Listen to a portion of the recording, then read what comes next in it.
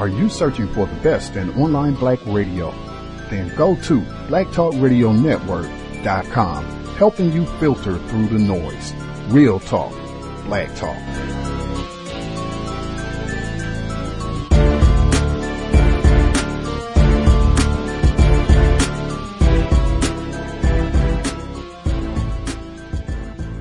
The internet is full of half-truths and all-out lies. We've all seen them, and many people on social media complaining about it. Here's your chance to show and prove. WorldAfropedia.com is a black-owned and operated encyclopedia. There are several thousand articles, but we need help.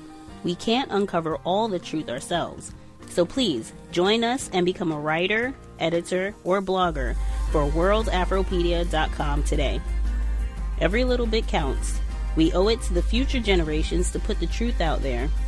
Visit WorldAfropedia.com, the African-centered encyclopedia, a global database of African knowledge for the purpose of bringing about global African wisdom and understanding. WorldAfropedia.com.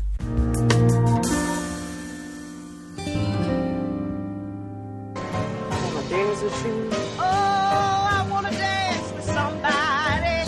I want to feel the heat with somebody.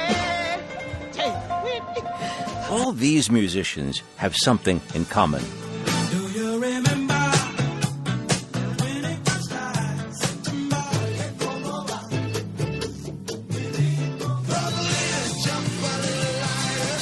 Throw your hands in the air if you's a true player.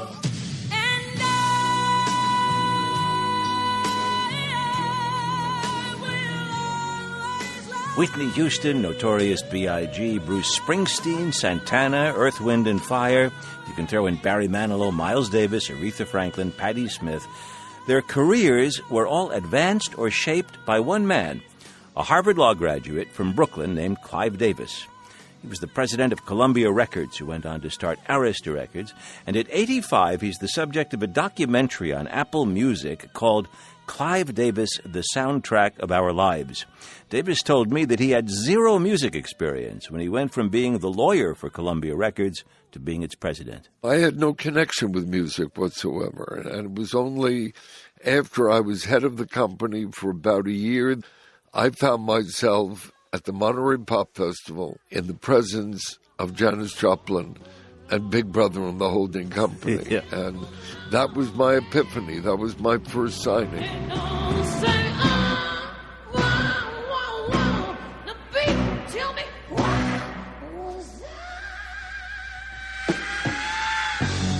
And I started trusting my instinct after that, which led to Blood, Sweat, and Tears and Chicago, Aerosmith, etc. And when you're at the Monterey Pop Festival, you're the suit in the audience. You're the guy out of place. The suit. I was khaki pants with a tennis sweater. Yeah, I was the odd man out in that audience, that's for sure. And what was it that you heard in, say in Janis Joplin, that right away made you feel, I've got to sign this woman? She was riveting, compelling, killer voice that just vibrated through you and sent shivers up your spine.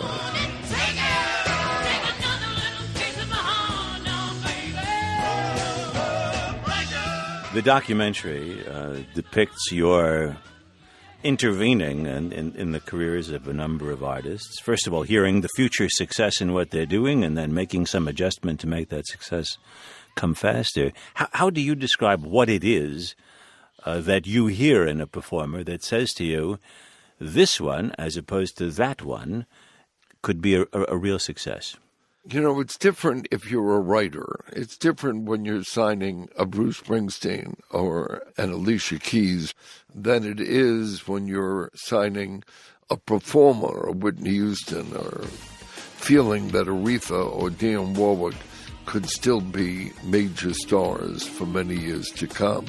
You're looking basically for headliners. You're looking for those that will lift an audience out of its seat.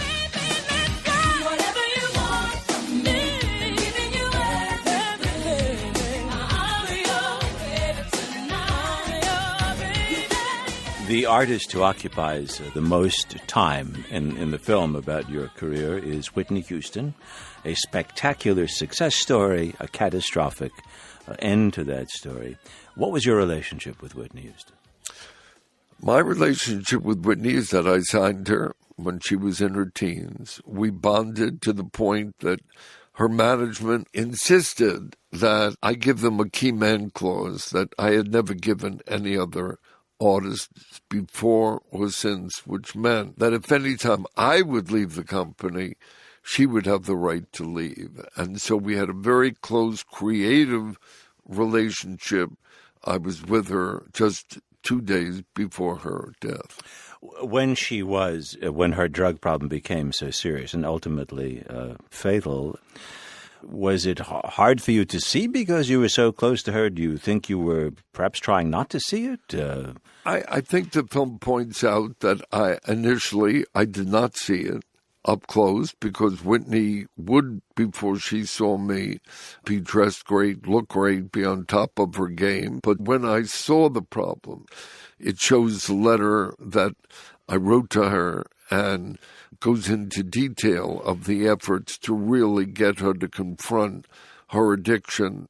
And when she did that Oprah interview, we all thought that she had beat the problem, but obviously she did not.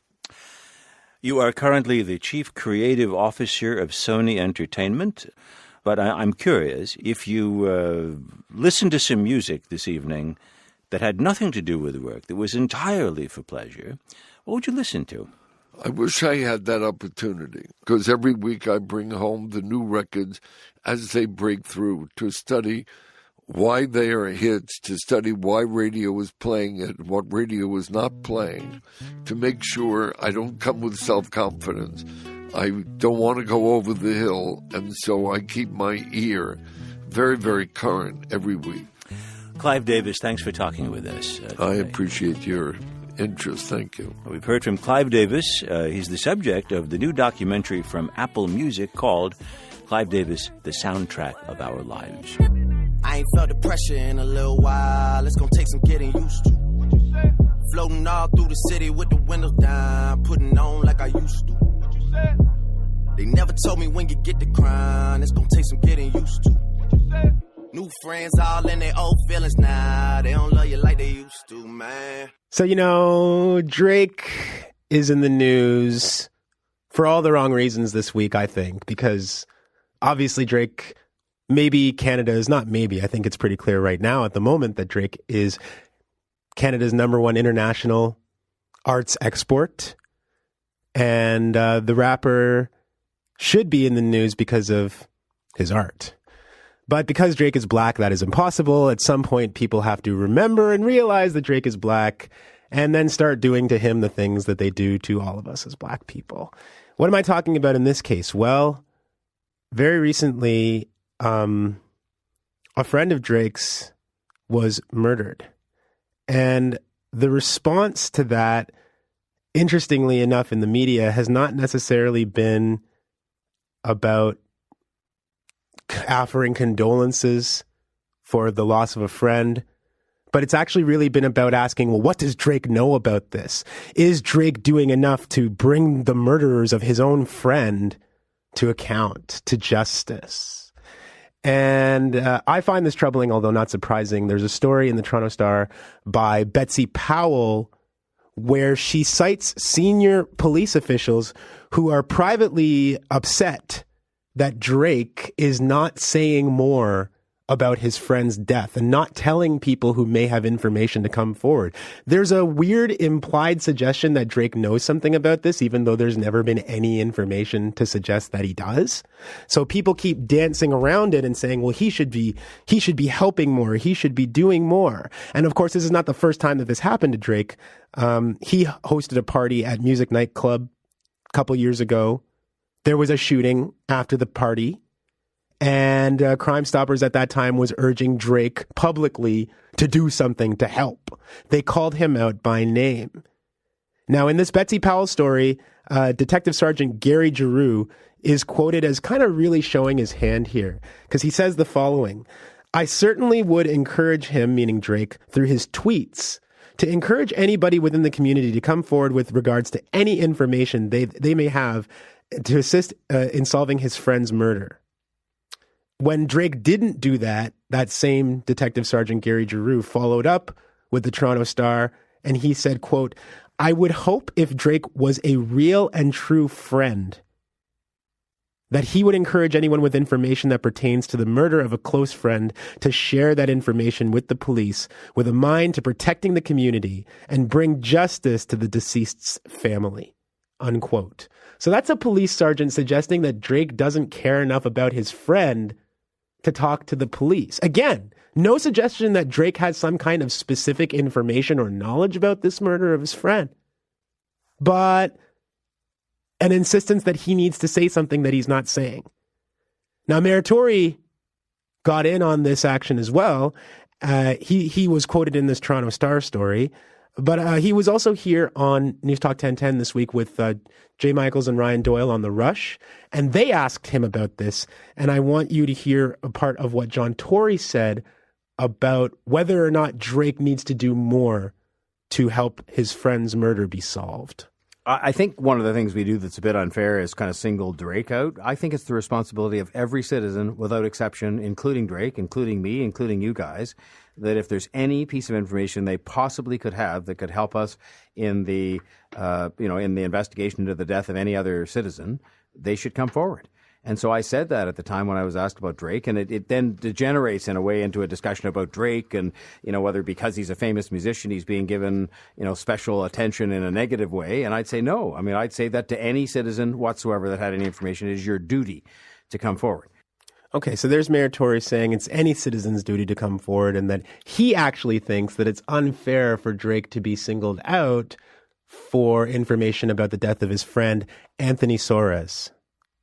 So there's a couple of things about this, because number one, I don't think John Tory understands the criticism. The criticism is not that Drake is being singled out because he's famous. Lots of famous people have friends around them die, and they're not asked to be tweeting to ask everyone for information. That's not the problem here. The problem isn't that Drake is famous and so he's being held to a different standard. The problem is that because Drake is a black man with a platform, he's being held to a different standard. But Tory went along with the singling out of Drake when in this Toronto Star story, he was asked, should Drake be saying more? And he said, yeah, Drake should be tweeting. And he was quoted as saying that Drake tweeting about this is, quote, a fairly simple request, unquote. So why are you making this request to Drake, though? If you're saying it's everyone's responsibility, why are you singling out one person and saying it's their responsibility to say something? See, what bothers me about this is that I know what this is about because I'm a black person in Toronto with a platform. I haven't had, fortunately, a close friend of mine be succumbed to gun violence. And I'm not in the position that Drake is in. But almost every single day, including on the text boards when I come into this radio station, people are always responding to things that I say by being like, why don't you use your platform, Desmond, to solve gun murders? Why aren't you using your platform to uplift the black people? First of all, I think I am trying to do that in my own way, not in the way that you want me to. But it's interesting how this criticism is finding its way to somebody like myself. My friend didn't die in the media, and nobody was saying, well, Desmond, now your friend's dead. What are you saying about this? But yet I get the same exact criticism that Drake is getting, that I have to use my platform. It was brought up in this media story, actually, that Drake got a key to the city. And it's almost being used as a way of saying that because he was given the key to the city, he should therefore be using his platform for the things that the city would expect him to. And to that end, here's more of what Mayor Tory had to say about Drake. And so I said that, and I believe that to be so, that he should, and he should encourage others to do so as well, just because, again, I do it in my job, and when you are given a platform to encourage good behavior and encourage, things that are in the best interest of the city, then you can use it, among other things, to say to people, we have a lot of unsolved crimes in the city, and one of those kinds of murders is one too many, and that you should come forward and encourage other people to cooperate with the police as well. Now, if you're going to ask that of Drake, you need to individually ask it of every single other person in the city. Because if you're trying to tell us that every person has a duty and there's nothing interesting or special about Drake, then why are you singling him out? Vicky Machama, who was on this program recently, wrote about this issue in a piece that was entitled "Drake is Not Toronto's Batman." I really, really felt and appreciated this piece. And in it, Vicky quotes another black writer in Canada named Huda Hassan. And Huda wrote in Flair to particularly ask that he commit this labor during a time of mourning is a reminder that black people are never granted the humanity to endure pain or, at the minimum, peacefully mourn our loved ones. And Huda gets the last word on that, because that's all there is to say.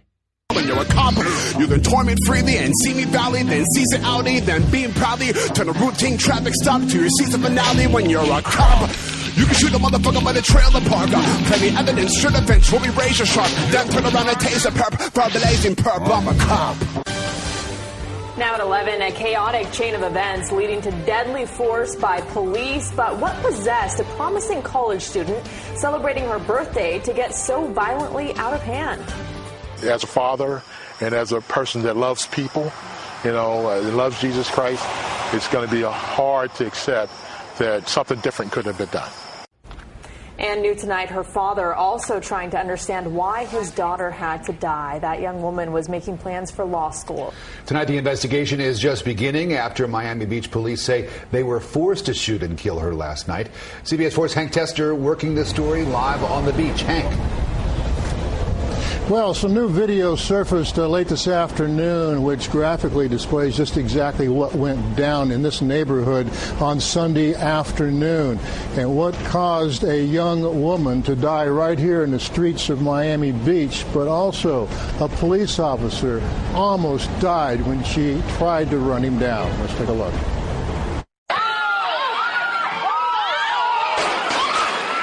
It took just seconds. Early Sunday evening, a young woman in a black BMW plows into a Miami Beach police officer. A second officer shoots the driver. The Beamer continues west on 12th Street. Halts. Beach police officers and fire rescue try and save her life. They can't. The officer, David Cahuso, knocked unconscious by the crash, transported to Jackson Memorial. He's released late Monday morning. Dead is 22-year-old Carrie Ann Hython. On the beach, celebrating a birthday, a recent college graduate from Bowie, Maryland. A witness describes the look on her face behind the wheel. Like staring, was very scary looking. I think she was on drugs or something. Reached in Maryland, her father tells CBS 4. We had just had a conversation recently about the social ills of our society and, and how she was going to be a budding lawyer and attorney. And I always felt that she was going to do great things for our society and for our culture.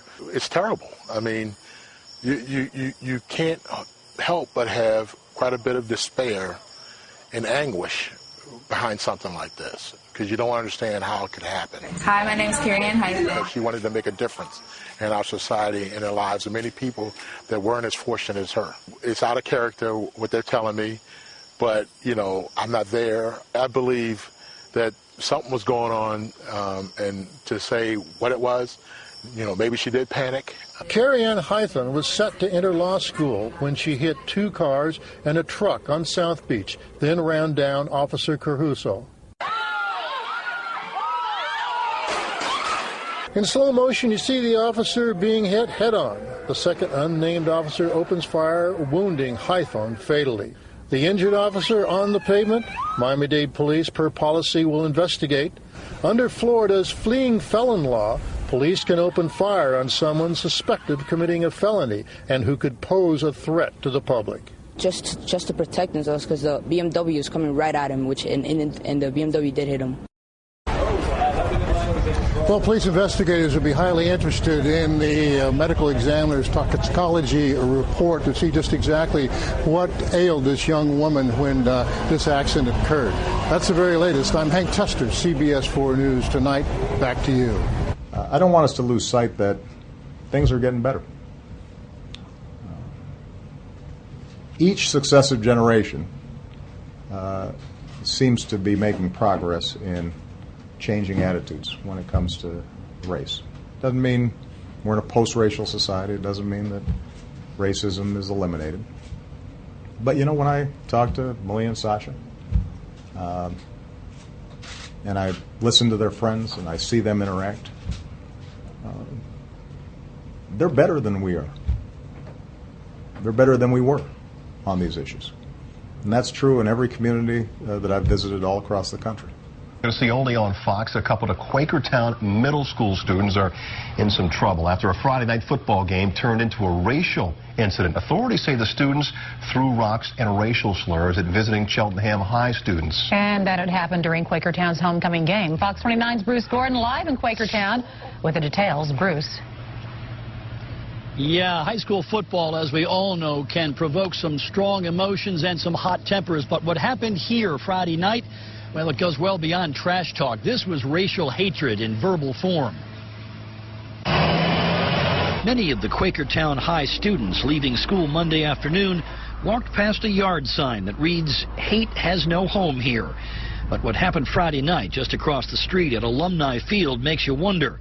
And it has Quakertown parents shaking their heads. It's not right. I mean, you just keep your opinions to yourself, and then, everybody has the right to their opinions, but when they're doing that kind of stuff, that's just, it's embarrassing and it shouldn't be said. As Cheltenham High School's football team arrived at Quakertown for a Friday night game, witnesses told officials from both schools that some Quakertown fans began to throw rocks at the Cheltenham bus and preceded that with a barrage of vile language.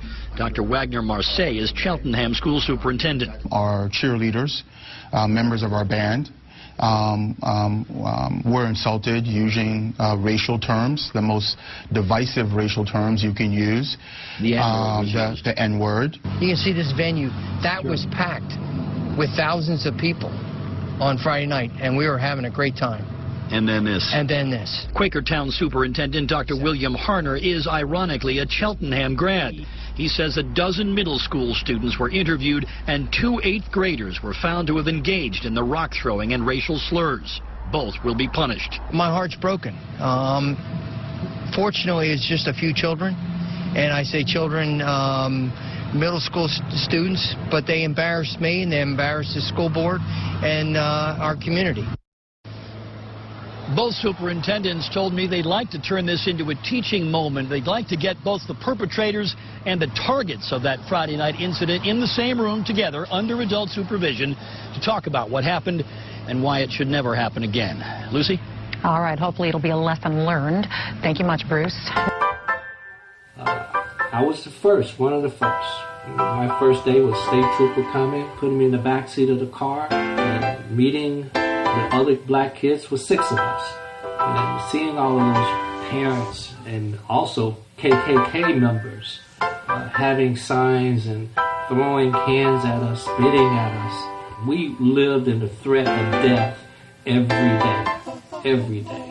So I was just lost in this vacuum between integration and segregation and racism. That was my childhood. I was angry for years. Angry. Very angry. Bob and Hope, hundreds of families and friends walked that 11-year-old Mateus home all the way from his elementary school at Viewmont to this park, near his home. And they were showing him support because just a few days ago, he was by himself walking home and he had a very difficult time. Don't let this be the last time that you guys walk for intolerance and solidarity. Words of support for her 11-year-old son, Mateus Romaldo. But I honestly never thought there would be this kind of an attack on him. Last Thursday, Mateus called his mom, Heather Romaldo, and told her on his way home from school, a car full of teenagers yelled racial slurs at him. He felt very terrified and actually told me that he thought the kids were going to shoot him. In an instant, Heather wanted to make him feel safe. She shared the story on Facebook. Her message reached a local youth basketball coach, Troy Harlan. I know when I read the post that his mom wrote about him being scared and being that, I've gone through all those. Troy and his friends organized a walk for Mateus, even getting the Utah Jazz Bear to show his love for young kids of all ethnicities, and retired jazz player Thurl Bailey, all of them supporting the message. The message that I want to happen is that people need to be held accountable. and things need to be held accountable. You're not born to hate people. You're taught to hate people. We need to keep walking, and we need to show the leadership of our country what really needs to happen and how people really feel today. Heather's inspired by the crowds of families who walked with them home. This is amazing. I really had no idea that this would become such a big deal, but it is a big deal. If you were unable to attend that supportive walk today, the mom, Heather, has found 2 organizations that teach fighting hate, and you can donate to them on our website, fox13now.com. For now, live in Murray, Danica Lawrence, Fox 13 News, Utah. Every nigga is a star. Every nigga is a star. Who will deny that you and I and every nigga is a star? All right, Tony, thanks so much. These 2 adults from Mason County are now facing hate crime charges. The victim, a 16-year-old boy. We first broke this story last night before the 2 were arrested. Police say they threatened and assaulted a teenager because of his race. News Channel 3's Tara McGee explains the family's pain in a crime the chief of police is calling shocking. Friday is a day 16-year-old Logan Cochran won't forget. I was thinking of any possible way to get out of that situation, and there was none. He was at this park in Point Pleasant, playing basketball and hanging out with a girl of another race. He says a few adults showed up, unhappy he and the girl were together. She said interracial couples don't work here. That's when court documents say Delia Carr started yelling racial slurs at Logan, pointed a gun at him, and threatened his life. And I started backing up, saying, I'm 16. And then I look over and he headbutts me in the face. Police say he is Rocky Nybert. Now both Nybert and Carr are charged with the hate crime for violating Logan's civil rights. It's like jump a gate and then catch me, or just sit there and hope I don't die. This whole incident may have started with a game of basketball, but the charges against these 2 are serious felonies. If they're convicted, they could be staying behind bars for about 10 years. I've been called racist names before, but like only in school. Getting called the N-word over multiple times, them having a gun pointed at me, changed my whole point of view. Logan is grasping for understanding, while his mother struggles to band-aid an emotional wound. It's a lot. Is there racism? Yes, but to this extent, no. This is stuff I read in, I read it from inner cities or see on movies. She's thankful another parent stepped in to help, but is heartbroken that hate hit home. This happened solely based on my son's skin color. And how do you fight that? How do you fix that? As for Logan, it hurt my heart. It's a close call that still leaves a mark. Tara McGee, WSAZ News Channel 3, Mason County. We reached out to both Rocky Nybert and Delia Carr. Neither one wished to speak with us. Police say another adult could be charged in the crime as well. If that happens, of course, we'll let you know. If racism, white supremacy was not conducted on this particular planet, then there would be white genetic annihilation. And people who classify themselves as white know this, and this is why this young 21-year-old mass murderer in Charleston, South Carolina, said as he was killing the black people, when a young black man tried to, reason with him, this is what one of the reports are saying, that he said, no, I have to do this because all you want to do is rape our women and take control of the country. And we begin this evening with a disturbing story from here in Jacksonville. Racist flyers full of disgusting and threatening language are being passed out in an Arlington neighborhood. Now, this isn't the first time we've heard of this kind of flyer going around. And we talked about this. We talked about whether doing this story would give a platform to those who wish to intimidate through hateful literature. And in the end, we decided that the specific threats contained in the flyers have brought this problem to a new level. And we decided that the best disinfectant for this racist thinking is the sunlight of a community which knows better. Jason Rantala picks up the story from here. Hey guys, well, in my hand here in this bag are the 30 or so racist flyers that were found here on people's doorsteps on Darwinian Drive. They include threats of beating black men for looking at white women, as well as suggesting shooting Jewish people in the head. The woman that found these gathered them because she knew this was a very diverse neighborhood. She said she didn't want anyone to be offended by that. Now, John Rando's wife, that woman who found those flyers, that's Beth Rando. She found a rolled-up piece of paper on her and her husband's driveway yesterday. Now, it wasn't the only one, as we mentioned. Beth Randall gathered up the flyers outside neighbors' homes, put them in a bag to be thrown away. Now, the news of the flyers is equally shocking for next-door neighbor Karen Blakely. Neighbors on the social media site Nextdoor reportedly found the same flyers in both the Harbor Winds and Hickory Lakes neighborhoods. Rando says his wife called police. Police told her there wasn't anything they could do. My wife came out and she seen this little rolled up piece of paper in the driveway, picked it up and read it and came into me crying, saying that she couldn't believe what she was seeing. I hope that the world can just get along, and peacefully work together with, in unity for America's sake. And I reached out to the Jacksonville Sheriff's Office. They are aware of these flyers, and they just sent us a statement moments ago. I'm going to read that to you. Quote, as a law enforcement agency, when we respond to reports of these incidents, our job is to determine if there is an allegation of criminal activity being made or if any laws are being broken. If there is, our officers are trained to conduct further investigation. If there isn't, we try to take the opportunity to explain to the complainant that the distribution of literature, no matter how offensive that literature is to some, is not in and of itself a crime. Reporting live in East Arlington, Jason Rantala, First Coast News, on your side. What's going on here? That's the FBI. They got the universal terrorist playbook, and they're running it step by step. Black identity extremists. That's the label an internal report by the FBI's Counterterrorism Division is giving to black activists around the country.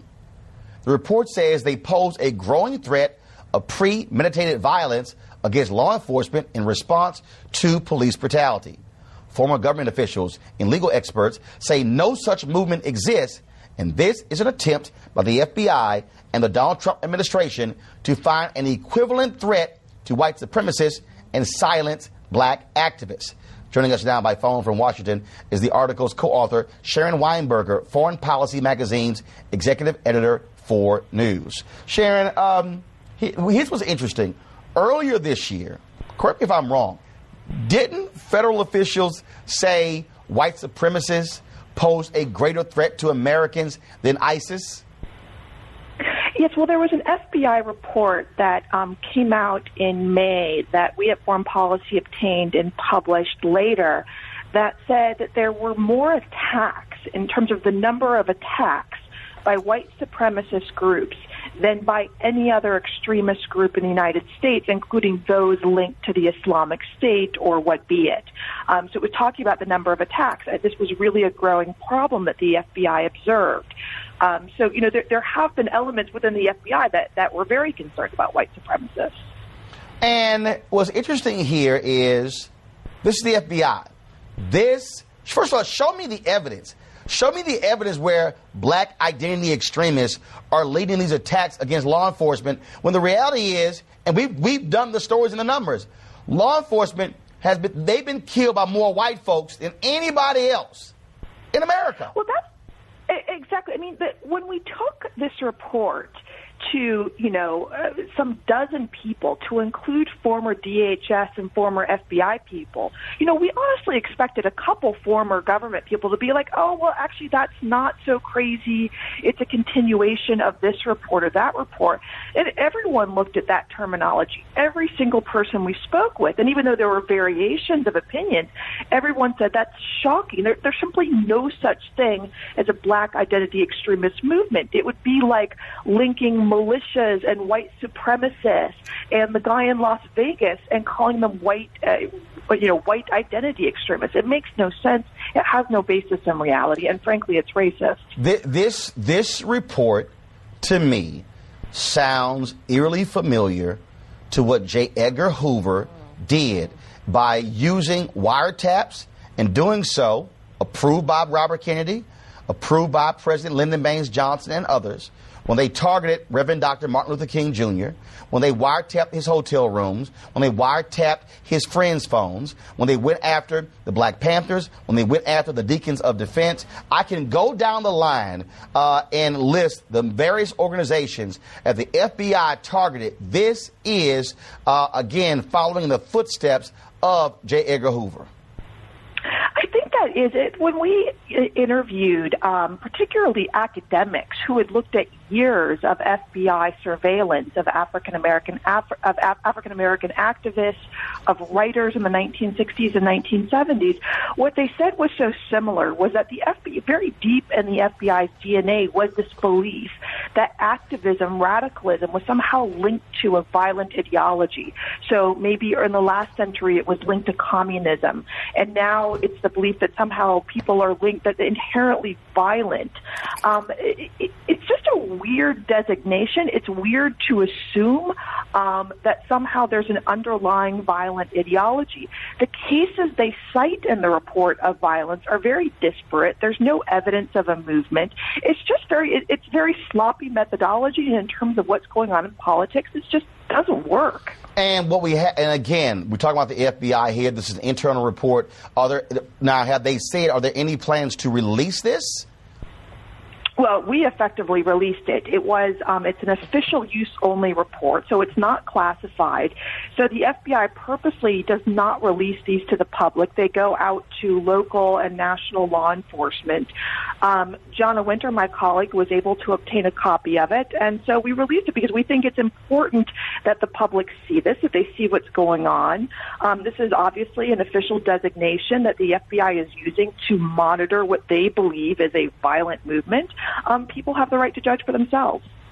All right, Sharon, we surely appreciate it. Thank you so very much. Thank you. I want to go to a panel here. What you're seeing here is Donald Trump's administration and Jeff Sessions desiring to target black people. Desiring. They're doing it, Roland. That's what they're doing. They are targeting black people. They are alienating and dividing this country in more and more ways. You've already gone through the facts, and I have been on your show, Roland, where you have explained to people multiple times that there are myths about black people that do not exist. And now you have the KKK, Dylan Roof. You have they killed Edward Crawford in St. Louis. They killed all these folks, and they are not the ones who are on the FBI list. But you have folks who are identifying as black identity extremists, which I have not. Listen, Roland, I piss people off just in case. I hold extreme religious values and extreme beliefs about my black identity. If that makes me a black extremist, what do you want me to do? And it's crazy that they would put you on a list to then have permission to target you. They're not trying to do anything, Roland. This is his strategic plan to destroy our movement, and he's doing it step by step. First with the NFL and ESPN, and now he's doing it Black Lives Matter directly. Wouldn't you love to see one of these NFL owners, when somebody disrespects our flag, to say, get that son of a bitch off the field right now, out, he's fired. He's fired!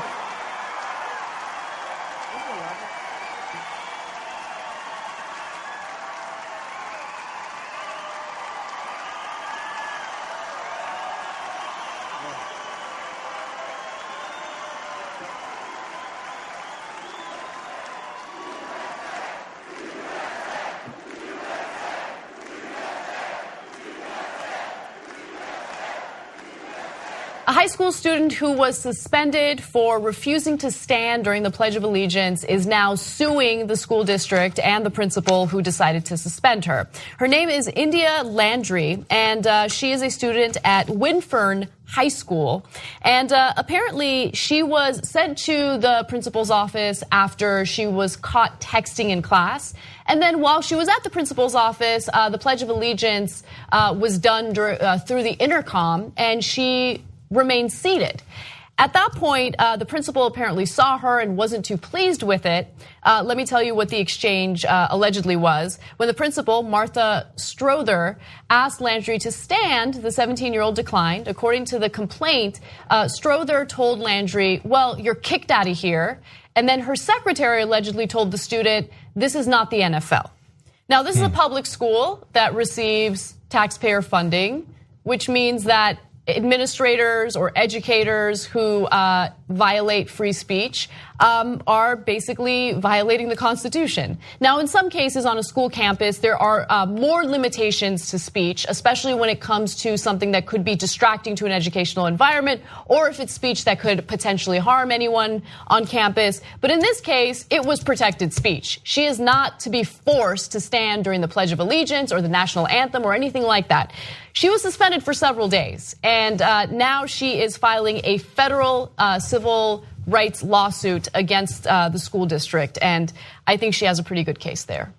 So I want you to understand that the texting had nothing to do with this story. The only reason it's brought up is because that's what got her sent to the principal's office, and that's fine. You're not allowed to text in class. So but that's not the issue. That's not why she was kicked out. She was kicked out because she wouldn't stand for the pledge, and that has been her consistent principle, as they pointed out, over 200 times. And that's what's great about this country is two things. One is you have the freedom of speech and can express your political opinions in any way you like within these confines. And she's perfectly within her rights to do that. And so that's what the Pledge of Allegiance is about. That's what the country is about, is celebrating that idea. So the people who are doing this, they're so wrong-headed, and they're actually insulting the idea of America way more than the people who are practicing the freedom of speech and protesting their government and their government's actions. Protesting your government's actions is the most American thing you could do. And then the second part of it is, think about, like, she's saying, hey, I want to, in essence, fix the system, fix the injustice, and create a more perfect union, which is exactly what the Constitution wants you to do. The Constitution doesn't say sit on your ass and don't do anything, don't ask for redress of grievances, don't protest, don't be the press, don't try to fix the government. It says fix this government. In the Constitution, it gives you two different ways to do amendments and to protest the government that the Constitution has formed. It is a document built by rebels. They literally rebelled against the king, they did a revolution, they won their freedom, and it's built on freedom. So the people who are saying, no, you should not exercise that freedom, misunderstood the whole point of the country. They're the ones who have no respect for that flag and what it stands for. So the type of mentality that the principal had in this story is not, it's not unique to conservatives. I want to be clear about something. This type of weird jingoistic bias runs deep in the country. And I didn't really realize how deep it runs until fairly recently, to be honest with you, when an audience member was pretty upset during a recent show when I made the argument that the United States is not the best country. Now, I don't say that because I have disdain for the US. I love this country. I have extremely high standards for this country. And I think that it is incredibly wrong-headed to pretend as though everything is perfect and that we should be complacent and that we shouldn't expect better from our country, right? So for instance, obviously we have a long way to go when it comes to our healthcare system. We have a long way to go when it comes to a number of things. There have been a number of international studies that, rank countries based on quality of life, the economic situation, healthcare, education. You think we're number one on those lists? We're not number one on those lists. Okay, and so yeah, we need to improve. And if you want to think about it on a micro scale, think about an employee that you work with, a colleague that you work with, someone who might get constructive criticism from management. I mean, if that person said, no, I'm perfect, I'm not going to take any criticism, I'm not going to consider any of these improvements. I mean, well, how would you think of that person? They're not going to improve because they are completely oblivious or they refuse to accept the fact that there are improvements that need to be made. And that's not cool. Think about your husband. Right. What kind of a person doesn't ever change? A person that can't adjust or adapt, et cetera. Look, one last thing about this.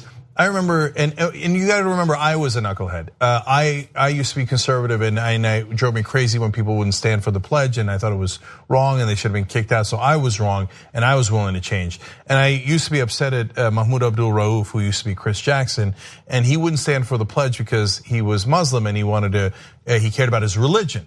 Okay. Now, of course, in America, we say we care a lot about religion unless you're Muslim. And they're like, your religion. No, stand for the pledge. Now, the reason I tell you that whole long story is because it's not just Americans. So he had issues with the NBA. He went to go play in Turkey. And then he didn't stand for the Turkish national anthem either because he felt it was against his religion. And Turkey's 99% Muslim. They're like, what is with this guy who won't stand for the national anthem? And they were even more pissed at him than the Americans were.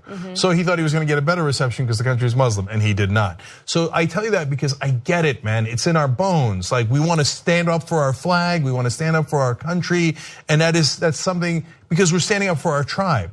What I'm asking you to do, what America is asking you to do, what the Constitution is asking you to do, is to get beyond that and realize that standing up for your country is to help it get better.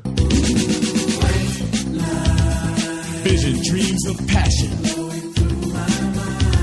and all the while I think of you. A very strange reaction. The more I see, the more I do. Baby, tell your body to come along, but white lines blow away.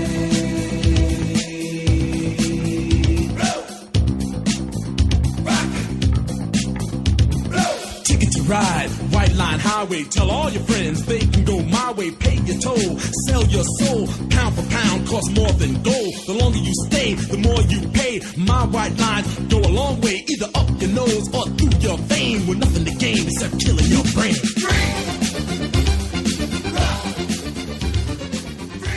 So Kiana Naijay is with us now on ESPN Radio. You may know that name from this week because she's at the center of this storm in Miami and elsewhere involving the offensive line coach, or the former offensive line coach for the Miami Dolphins, Chris Forster. Kiana Naijay with us now on ESPN Radio. Thank you for joining us. What has the last week been like for you, Kiana? I mean, this has got to be a little bit weird. It's been crazy. As you can hear, like, my voice is leaving. Everybody's want to interview me. I've gotten a lot of hate mail. I've had a lot of support, but I believe, like, I did what needed to be done. So it's okay. I take it all. All right, so let's backtrack for a little bit and tell this story a little bit to the uninitiated. So Chris Forster was a Miami Dolphins offensive line coach, very highly paid. He sent her a video, Kiana Naijay, in which he was snorting a white powder off of his desk and celebrating a time with her. Then he videotaped it and sent it to her, and then she put it out. ESPN keeps reaching out to Chris Forster to see if we can get his side of the story for an interview, but he has not responded. Obviously, we'd welcome him on the air as well. So, Kiana, when you sent it out, what was your motive? My motive was just to basically expose the inequalities that's in the system. It's not just NFL, just pure plain blank. It's inequalities that comes with being a minority compared to being a white privileged person in America, just in general. That's why. Did you decide it upon getting it? Like, the moment that he sent it to you, did you think to yourself, this is something that I'm going to do, I'm going to release this, and this is going to create quite the storm? To be completely honest with you guys, the thing is, me and my best friend actually already had plans on recording him some way regardless to expose us. So even if he didn't send that video, I'm going to be honest with you guys, even if he didn't send that video, it was going to be exposed because it needed to be exposed. How do we have someone that's getting paid millions to be a leader for a team, you know what I'm saying, doing blow, where we can't even have people that's doing what they're supposed to do, kneel at flag? Kneel at anthem. Like, it doesn't make sense to me. All right, well, hold on a second. Kiana, what was the nature of your relationship? Like, why did he trust you with this video? I was dating him. And you decided as you were dating him, did something go wrong? Did anything go wrong with you two? Many things went wrong, actually. He started out the whole situation lying to me. From the very beginning, I asked him what his status was. He told me he had 3 kids. He told me that he was married, but that he was divorced. He had asked me if I would move to Miami. He even invited my best friend. That's why I kind of keep mentioning her. He even invited not just me, but my best friend also to move with him to Miami and live in his condo. So it's just the fact that he tried to lie and sell so many dreams. Then on top of that, you're a drug addict, get paid millions. So it is many of reasons. On top of that, after he sent the video, he probably, came off of his high a little bit.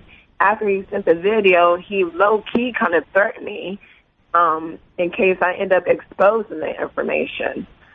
So before he can do anything to me, I just felt like that also needed to be exposed. Like, just in case I just so happen get set up or somehow just pop up dead, this story was still going to get out.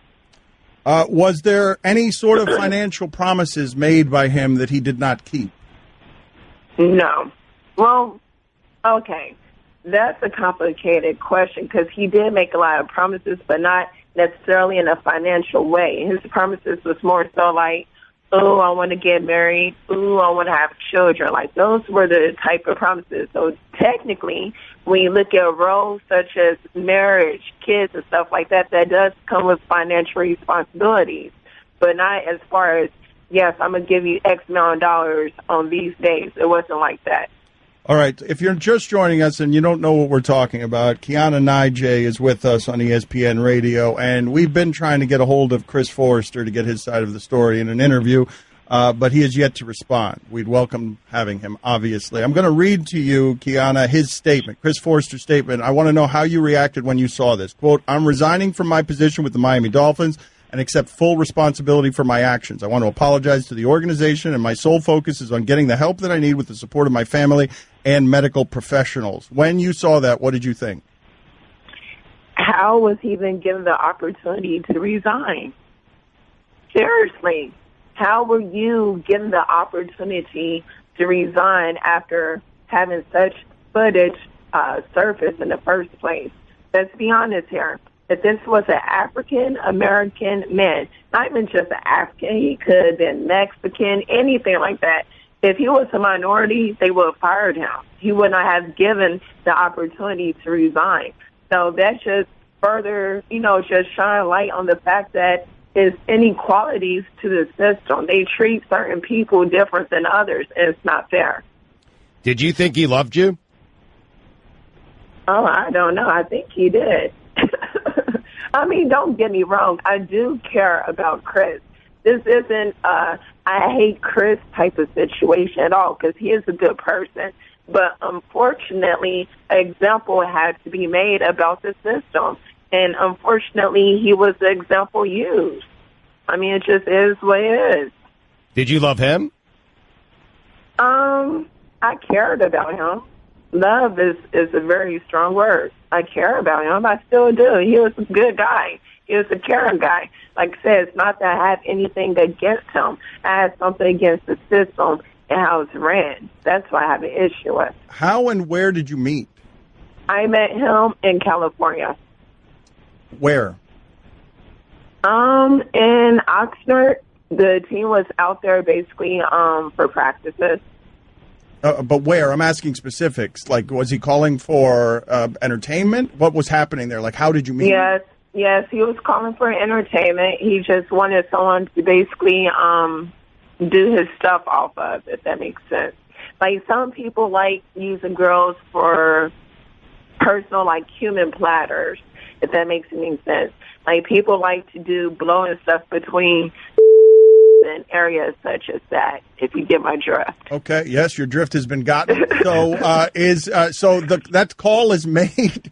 That call is made, and it's just a request. I'm requesting someone I do not know. I want to do cocaine off of this person's body. He didn't say that specifically, but he did mention that he wanted to party. All right. So how much time did you spend together after that? Like how many times did this happen? We met multiple times. Were there any other Dolphin personnel or people around? Is it something that you thought was extended beyond him in any way? When we were together, it wasn't no one else around, but he did speak to me about other people. Has he tried to reach out to you? Since the video was released, has he tried to reach out to you this week? No, of course he's not going to try and do that when he already told me about them having a cleanup crew for situations like this. If you have intentions on doing anything to someone, would you contact them? Well, how did you feel threatened? Because the text message he sent me. That said? Let me go to it, because I would hate to, mislead at all.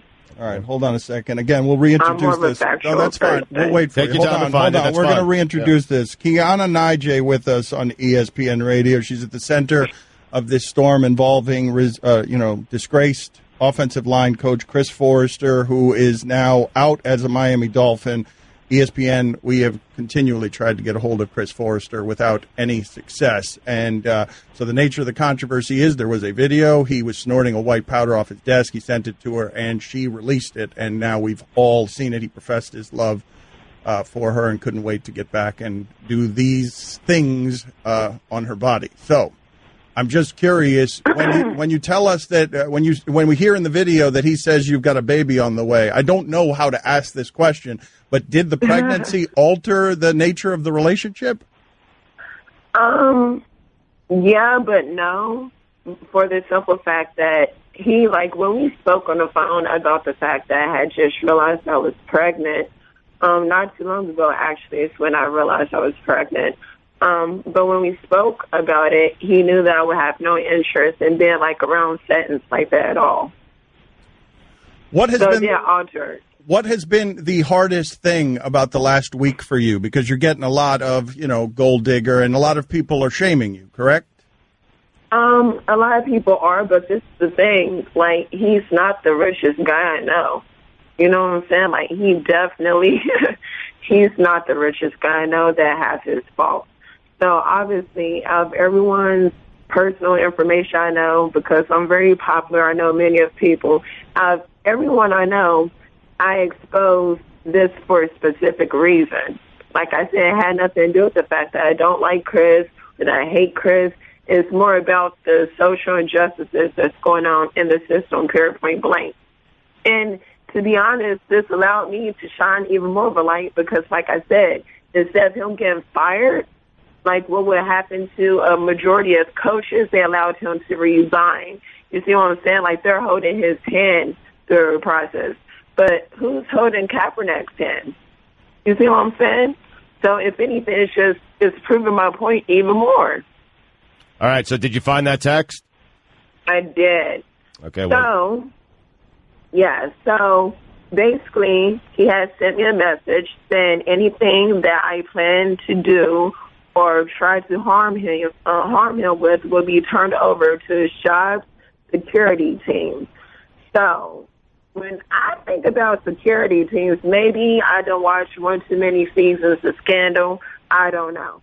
I just felt like I had to sleep with one eye open after that. Who the is a security team? You see what I'm saying? It sounds a little fishy to me. The reaction around the country about what you expected or much larger than anything you expected? Oh, honestly, I didn't think it would go this extreme. I didn't. Prior to me releasing the video, I even made a status. Because I had been considering releasing this footage for about a few days. It's probably about a week old as of now. Yeah, the footage is probably around a week old or something like that. But I've already been dictating on when to release the footage. You see what I'm saying? Well, you had mentioned, right? You had planned to do this to him from the moment that you met him, correct? You had planned this or no? Well, kind of after I realized his habits and after I realized who he was and everything that's going on in the system and stuff right now, yes, he was going to get exposed. Put us there if you don't mind, Kiana. What was your reaction when you received the video? I was surprised. Who would do that? Seriously. If it was me and I was getting paid millions of dollars to be a leader for an international team at that, this isn't just something that's just watched in the U.S. This is something that's watched everywhere. So if I was getting paid millions of dollars, I would have never done anything like this. I would have never been no kind of crime at all that would have put me in a position to lose that job ever. ever. Why do you think he trusted you?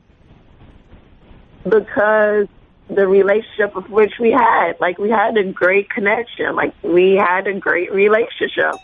Like, anyone that knows me knows how my energy is. You would love to be around me. Like, you would love my company. Like, I'm a happy-going person. So, yes, I understand why he trusts me and everything. And sometimes we all need someone to talk to. Like I said, it's not that I don't like Chris. It's not that I hate Chris. Unfortunately, it's just that a point has to be proven. That's it. Do you have any regrets about anything that you've done? Because obviously you've helped harm him, although he made his own bed. No, I don't have any regrets because what I thought would happen happened. They allowed him to resign. They're going to hold his hand through this whole situation. He'll be coaching again next year. No, I don't have any regrets. I'm actually happy because they did exactly what I thought they'd do. And now it's just even more blatant that it's just not fair. Like, the system is not fair at all. So no regrets at all. If anything, the system should be regretting how they're doing things.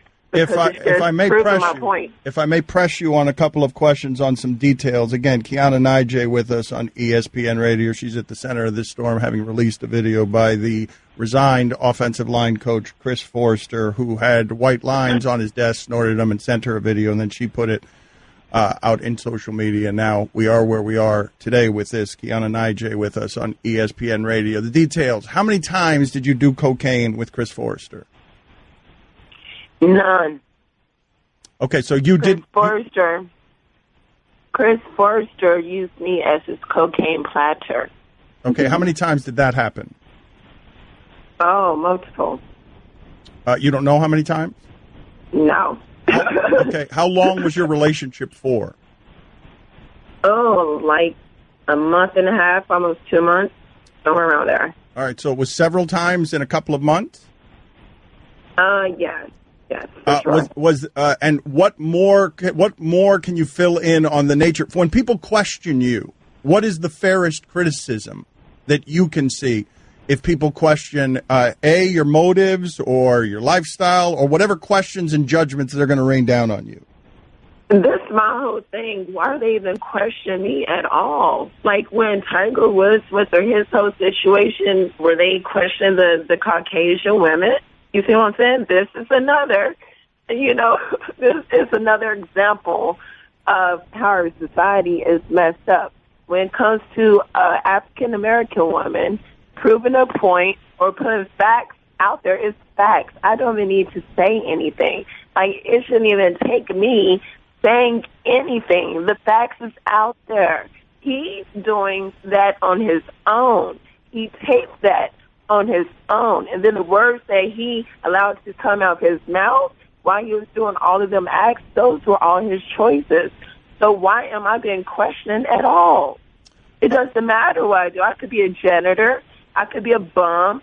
I could be a crackhead. I could do lean on the weekends. It doesn't matter what I do because I'm not the one getting paid multi-millions to lead a team. I'm not a leader. Like, that's not my job. That's not what I get paid to do. But Kiana, you understand? I don't care. Kiana, you understand why it seems like, while people are saying it appears that you had your own agenda here, right? Yeah, she had a larger cause. I did have my own agenda. I do have my own agenda. I did my own agenda. I put out there the fact that there is inequalities in this system. That was my agenda, and I proved it over and over. And they're helping me prove it every day by how they're handling the situation. What are you and your friend talking about in these last few days as this has become a mushroom cloud? Like, you and your best friend, when you talk about this, is it something that's exciting for you? No, it's not exciting at all because my friend is actually also getting death threats. So multiple of my friends, like, people are trying to figure out who knows me and stuff like that to contact them, question them, and threaten them also. So no, none of my friends, we're not sitting here excited like, whoa, I'm happy, like my name's out there, none of that. Like, we don't give a about none of that because obviously we're losing focus on the importance of this whole situation. So no, it's no excitement. I'm losing my voice. I've been spotting. I have high-risk pregnancies. So the stress is coming. Everybody hit my inbox. Well, not everyone.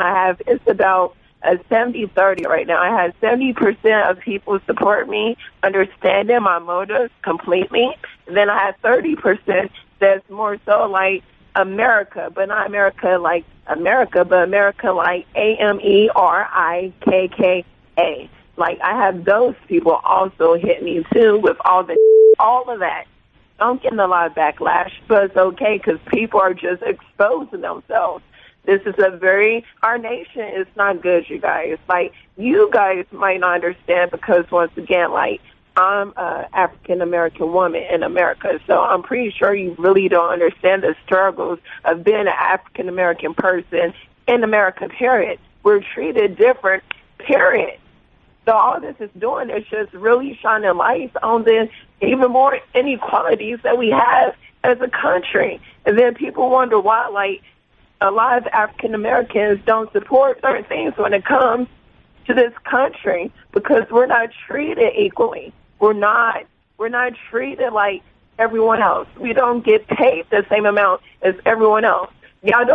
People don't even discipline us the same. So I'm just curious on the details of this. Did he tell you that doing this in the office was a normal thing? Was he telling you that that this is something that was somehow condoned, accepted, or known in his workplace? This is a regular habit of his anywhere they go. It doesn't matter if they're in Miami, if they're in London, if they're in New York. Like, I know about everywhere they went because I was invited everywhere they went. And everywhere they went, he was sending me other footage. Like, that's not the only footage I have. This is what people need to understand. That's not the only piece of footage. That's just like a tip of the iceberg. So, yes, this is regular. He used to keep his supply in his desk at Miami. He was doing it at his desk at Miami. You can look into the background of the video and tell it was at his Miami office. And you have more incriminating video than the one that you released? Yes, I do. And more videos, more pictures, more everything. All right. Well, Kiana, we appreciate your time. We appreciate your story. Thank you for sharing it with us. Thank you for choosing this as the platform to share it. No problem, honey. I hope you guys have a blessed day.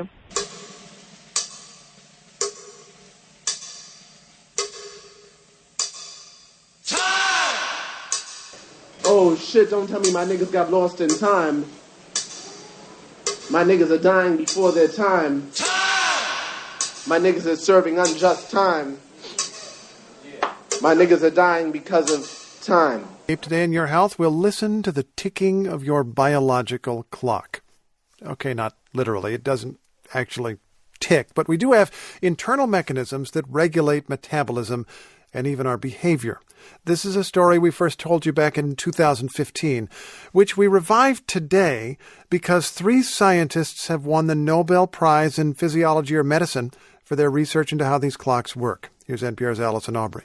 On a recent morning at about 7:30, when I'd normally be eating breakfast and starting my day, I meet up with a guy across town, Tom Washburn, who's doing just the opposite. He's finishing his workday as an overnight hospital nurse. I'm at the end of my shift, and I'm tired.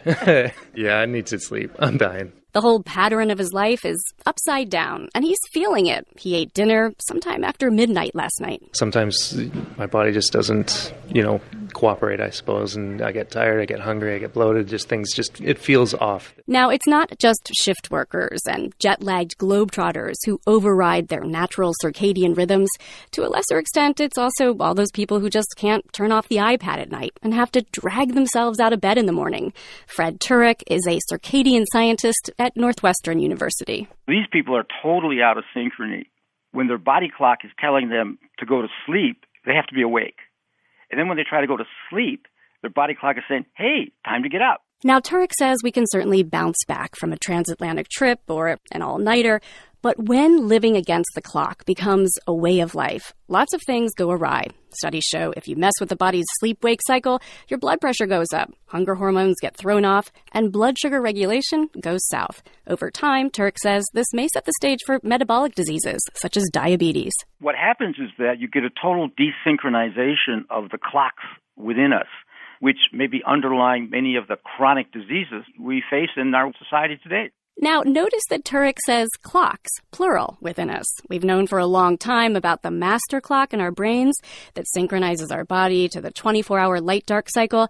But in recent years, scientists have made a pretty cool discovery. It turns out that we have different clocks in every organ. Yes, there are clocks in all the cells of your body. Wow, it's kind of stunning. Yes, that is a discovery that's literally surprised us, I must say. Turek says, think of all these clocks in our bodies as instruments or players in an orchestra. The idea that the heart has a clock. Think of it as a drum. And the kidneys? The kidneys have a clock. 2 clocks, one in each kidney. Maybe they're the horns. Then there's the pancreas. Oh, yes, the pancreas has a clock. That's the flute. Now, the master clock in our brains is like the symphony conductor, keeping all of the players in sync. Once the conductor comes on, everybody's in synchrony, and it sounds beautiful.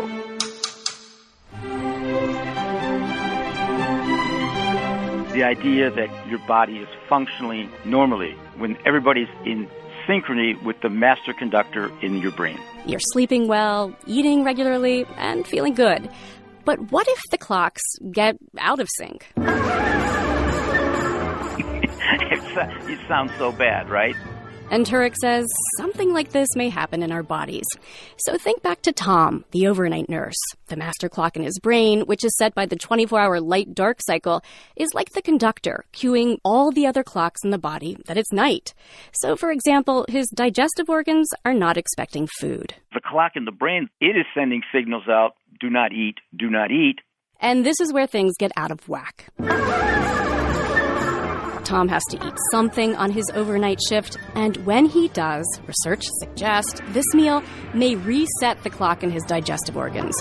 So instead of being in sync with the master clock, the clock in, say, the pancreas, which has to start releasing insulin to deal with the meal, is getting competing time cues. The pancreas is listening to the signals related to food intake, but that's out of synchrony with what the brain is telling it to do. So if you are sending signals to those organs at the wrong time of day, such as eating at the wrong time of day, we're upsetting the balance. Now, it's still early days for circadian science, but there's growing evidence that different organs and systems in the body are programmed to do different things at different times. For instance, doctors have long known that the time of day you take a drug can influence its potency. And Turek says part of this is that the liver may be better at detoxifying at certain times of day. If you take a drug at one time of day, it might be much more toxic than at another time of day. And consider a recent weight loss study by a circadian scientist at Harvard named Frank Shear. He found that the timing of meals may influence how much weight people can lose. The finding was that people who ate their main meal earlier in the day were much more successful at losing weight. In fact, early eaters lost 25% more weight than later eaters. So quite a surprisingly large difference. Now, Northwestern's Fred Turek says his hope is that down the road, circadian science will make a big difference to the practice of medicine. We would like to be in a position where we'd be able to monitor hundreds of different rhythms in your body and determine if they're out of synchrony with each other, and then we would try to normalize them.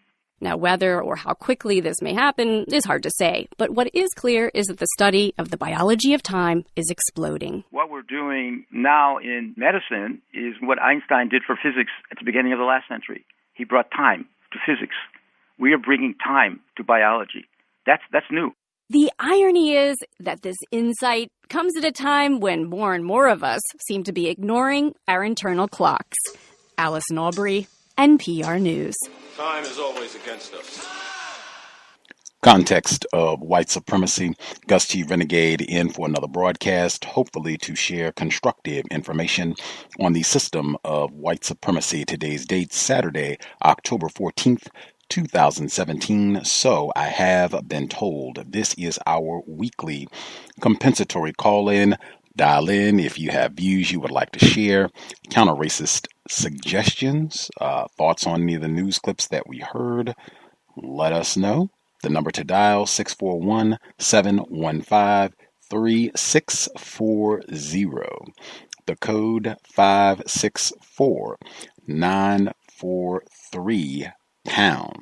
Press star 6 if you would like to participate. Number again, 641-715-3640. The code 564-943#. Press star 6 if you would like to participate. A couple things before we get to folks who dialed in. First up, this broadcast, The C.O.W.S, is listener-supported counter-racist radio. Invest if you think the program is constructive. You can visit my blog, racism-notes.blogspot.com, racism-notes.blogspot.com. When you visit the blog, look in the top right corner. You will see the PayPal button. If you are not into PayPal, drop me an email and we will get you a physical mailing address. Huge thanks to all the folks who have invested nearly a decade of folks supporting the C.O.W.S. Also, you can support via our Amazon wish list. It is under Gus T Renegade. I'm posting it on Facebook and tweeting it as well. It's also linked on the blog, top right corner when you go to the page. And just the word on my wish list and that last clip that we heard about the different clocks in your body, that segment reminded me of Dr. Kamal Kamban as well. I know consistently when he's on the program, he's talking about getting enough rest and saying that he makes an effort to go to sleep each night, 10 p.m., make sure that that is his bedtime. That's something that he's talked about on this broadcast consistently, but that is something, in my view, the system of white supremacy has done extraordinary damage to my ability to get quality rest and to have all of my clocks in my system, in my body, synchronized and in harmony, just for the duration of my time on the planet. And it's been a variety of things. I think just the stress of racism can disrupt your ability to sleep, racial dislocation, just scheduling and what have you. A lot of times, because we're working and doing things, our work schedule is not conducive to us being able to get quality rest. I just feel like that's been a problem for me for my entire time on the planet. And I get the sense that for many Black people, especially people that listen to this program, that sleep often is an issue for them as well. That is one of the reasons that on my wish list I have a lot of bedding items and have had bedding items for a good chunk of the year. That is something that I would say, hey, we do not need to invest and spend $8 billion to get giant 8-foot televisions and a lot of the other things that racists would encourage us to waste our coins on.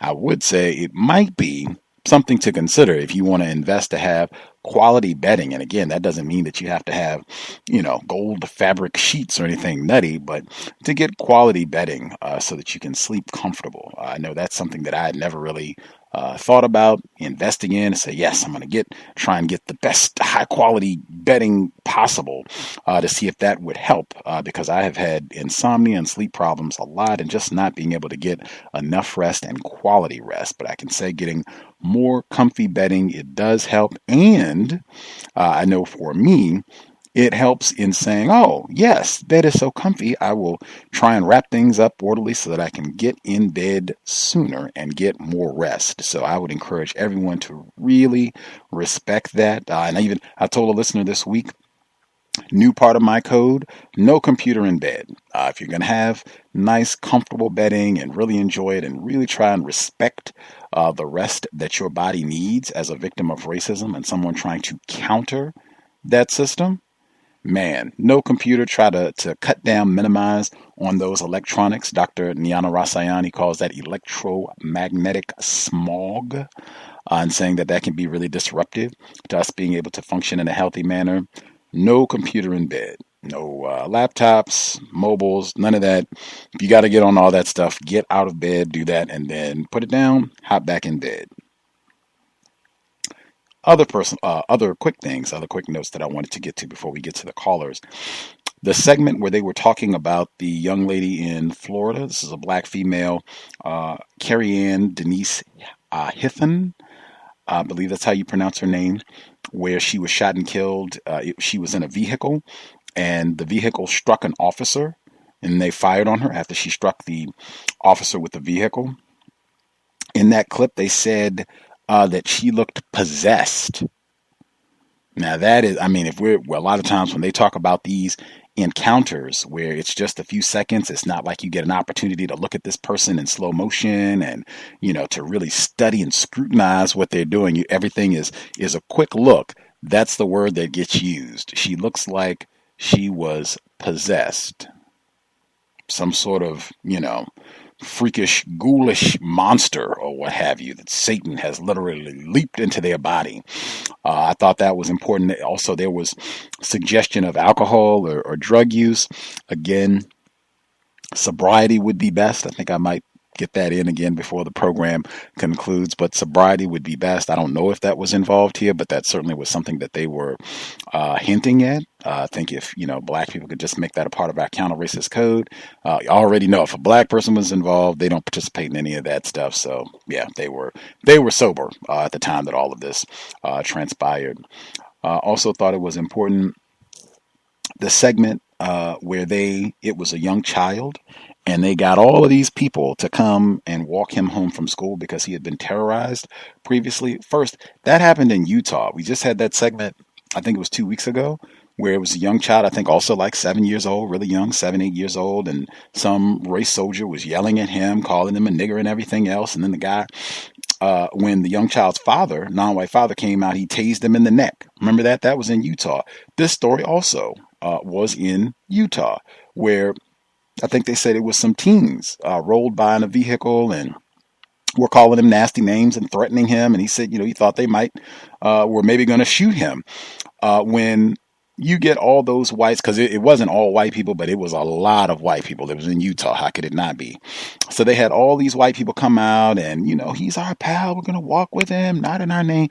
That repulses me. Those sort of instances repulse me to the highest degree, because some of the culprits could have been in that very group.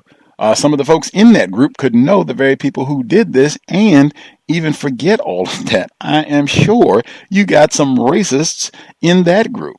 Whites love that sort of thing. It's so effective because it gives the appearance, we talked about this before, it gives the appearance that not all of the people who are classified as white are racist, that you got lots of melanin deficient folks who aren't racist at all and would give up an afternoon to come out and make sure that a good Negro is able to walk home peacefully without being terrorized. They are great at that sort of thing. It's effective, and they even got a great publicity event out of this one, because they got all the footage of people walking with this young child home. And the second thing in that clip, they started it out, and I think they had a white woman. She said, don't let this be the last time that you take a stand and you march against intolerance. And she had some other nonsense words. We talked about this with crazy talk, stupid talk. That is a part of how you support racism, white supremacy. You use total nonsense words to describe what's happening. They said this young boy was terrified, thought they were going to shoot him. That's what they said. That's not intolerance. That's terrorism. And whites do this all the time. It's deliberate. These are acts of racism with a bullhorn, no less, as though they're out trying to help, using incorrect terms. That's one of their that is the primary method that they practice racism, using incorrect terms, and they do this consistently. Really got to be mindful for that. Hopefully we can practice that as we continue with the broadcast. As this is the compensatory call-in, I state, if we could not use metaphors, that is something that is for this broadcast exclusively. No metaphors. It's been my experience that frequently racists, individuals classified as white, they will deliberately employ metaphors, similes, comparisons between two entities that are not equivalent. They will do this on a regular basis. It generates confusion. It's difficult to understand. It is a major method of deception. With non-white people, Many of us have been exposed to racist antics for the duration of our time on the planet, and many of us, Gus T Renegade included, we are still learning. As such, sometimes we will use a metaphor, analogy, to convey our thoughts. Sometimes we haven't come to a conclusion. We're still trying to formulate our thoughts, and so we will hope that the metaphor will adequately compensate for any deficiencies or where we have not actually come to a conclusion. And oftentimes when this happens, it just generates a lot more chaos. It's not comprehensible. It doesn't make any sense at all. If we could just be explicit and speak directly to what it is we want to say. If you're not able to articulate your thoughts without a metaphor, then perhaps you need to take a little more time, do a little more thinking, and there is nothing wrong with that at all. But for this broadcast, no metaphors. Thank you kindly. I will prompt about that. If you could take 5 minutes to share whatever commentary that you have, that would be great. Make sure everybody gets an opportunity to share at least once. If you know you're in a noisy environment, if you could use your mute button, that way we can preserve the audio quality of the broadcast as opposed to having a lot of, unnecessary sounds and audio disrupting other folks when they are trying to speak. Last thing I'll get in, the segment that was talking about the young lady, Kijuana Naji, who got the race soldier with the Miami Dolphins, released the video footage of him doing cocaine and talking about partying it up and what have you.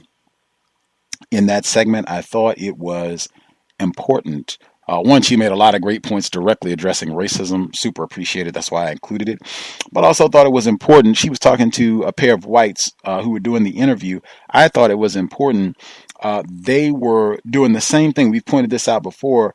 They were, even though we got video of this guy, this coach, former coach, got video of him snorting lines. Well, maybe it wasn't cocaine. Maybe, maybe it was flour. Maybe it was his medication. Maybe, it was something else. We don't quite know. We don't want to make any false accusations. He was, as she stated, he was allowed to resign as opposed to being terminated. But we still, want to give him the benefit of the doubt that this may not have been cocaine that he was sniffing. Consistently, where whites are given that, where they're not criminalized, even if we got video. Black person, he asked her, how many times did you all smoke? How many times did you all do cocaine? He asked her that specifically when it's about her. And she says, hey, I didn't do any of that at all. He was the one sniffing the cocaine. He was just using me as a platter. Cowbell. Thought that was important also. I will stop there. Folks have other commentary, feel free. And we will be here tomorrow for the Global Sunday Talk on Racism, 3 p.m. Eastern, 2 p.m. Central, 12 noon Pacific. Forgot about that, but we will be back quickly and we'll get a global take on what has been going down all around the world. System of white supremacy last 30 days. First few folks who dialed in with a hand up, line should be open. Proceed.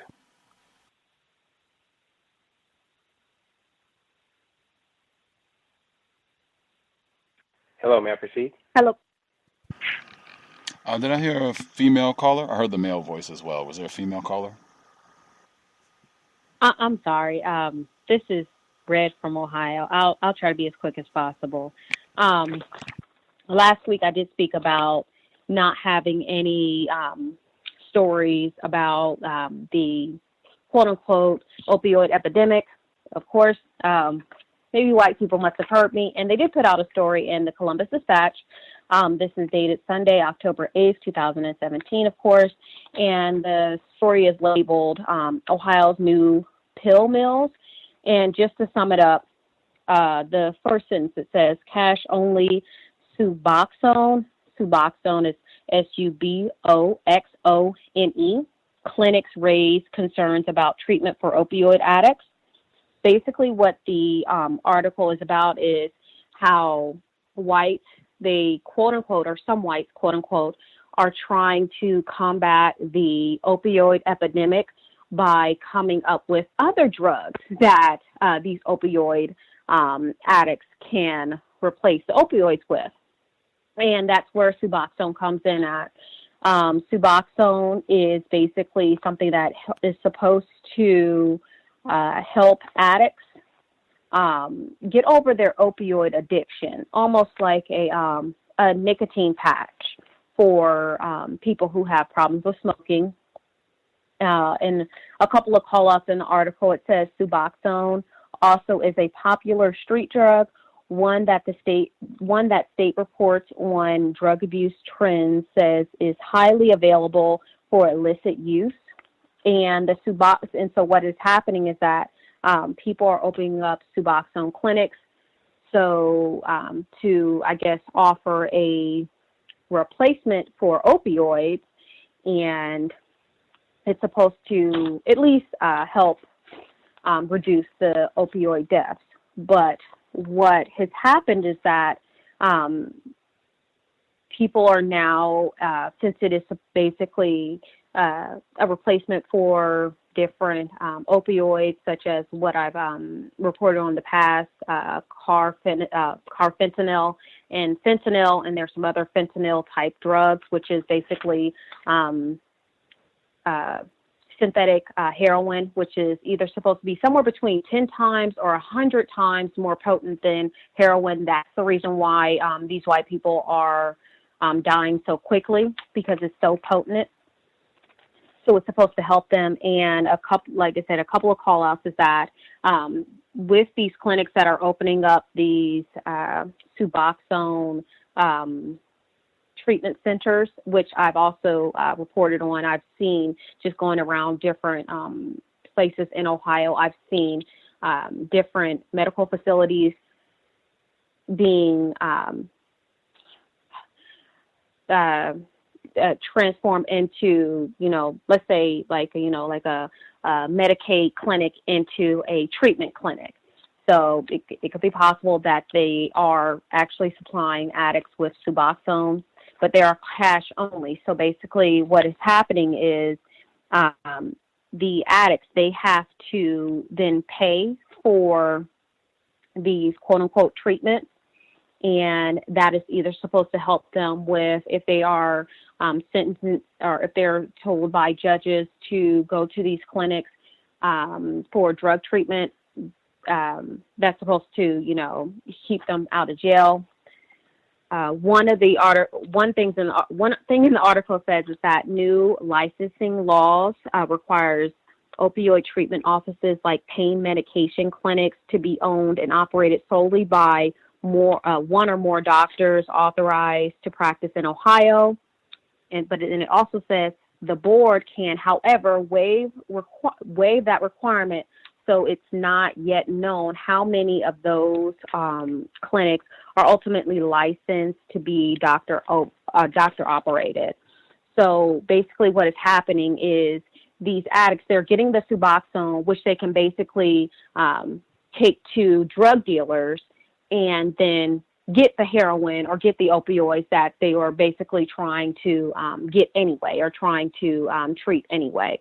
So it's basically used as a currency. I hope that's not a metaphor. I do apologize if it is. And with that specific point that sentence that I pointed out, it's basically what I understood from that is that white people are making up laws that they don't have to follow. So I feel like let's say if a non-white does want to get into this quote unquote treatment industry, they might have to actually get a license that a white person does not have to get a license for. And it also says, it has to be operated by doctors, but they can also waive that requirement. Another thing is that within the past, one second, there's a lot of different things in this article that are definitely troubling.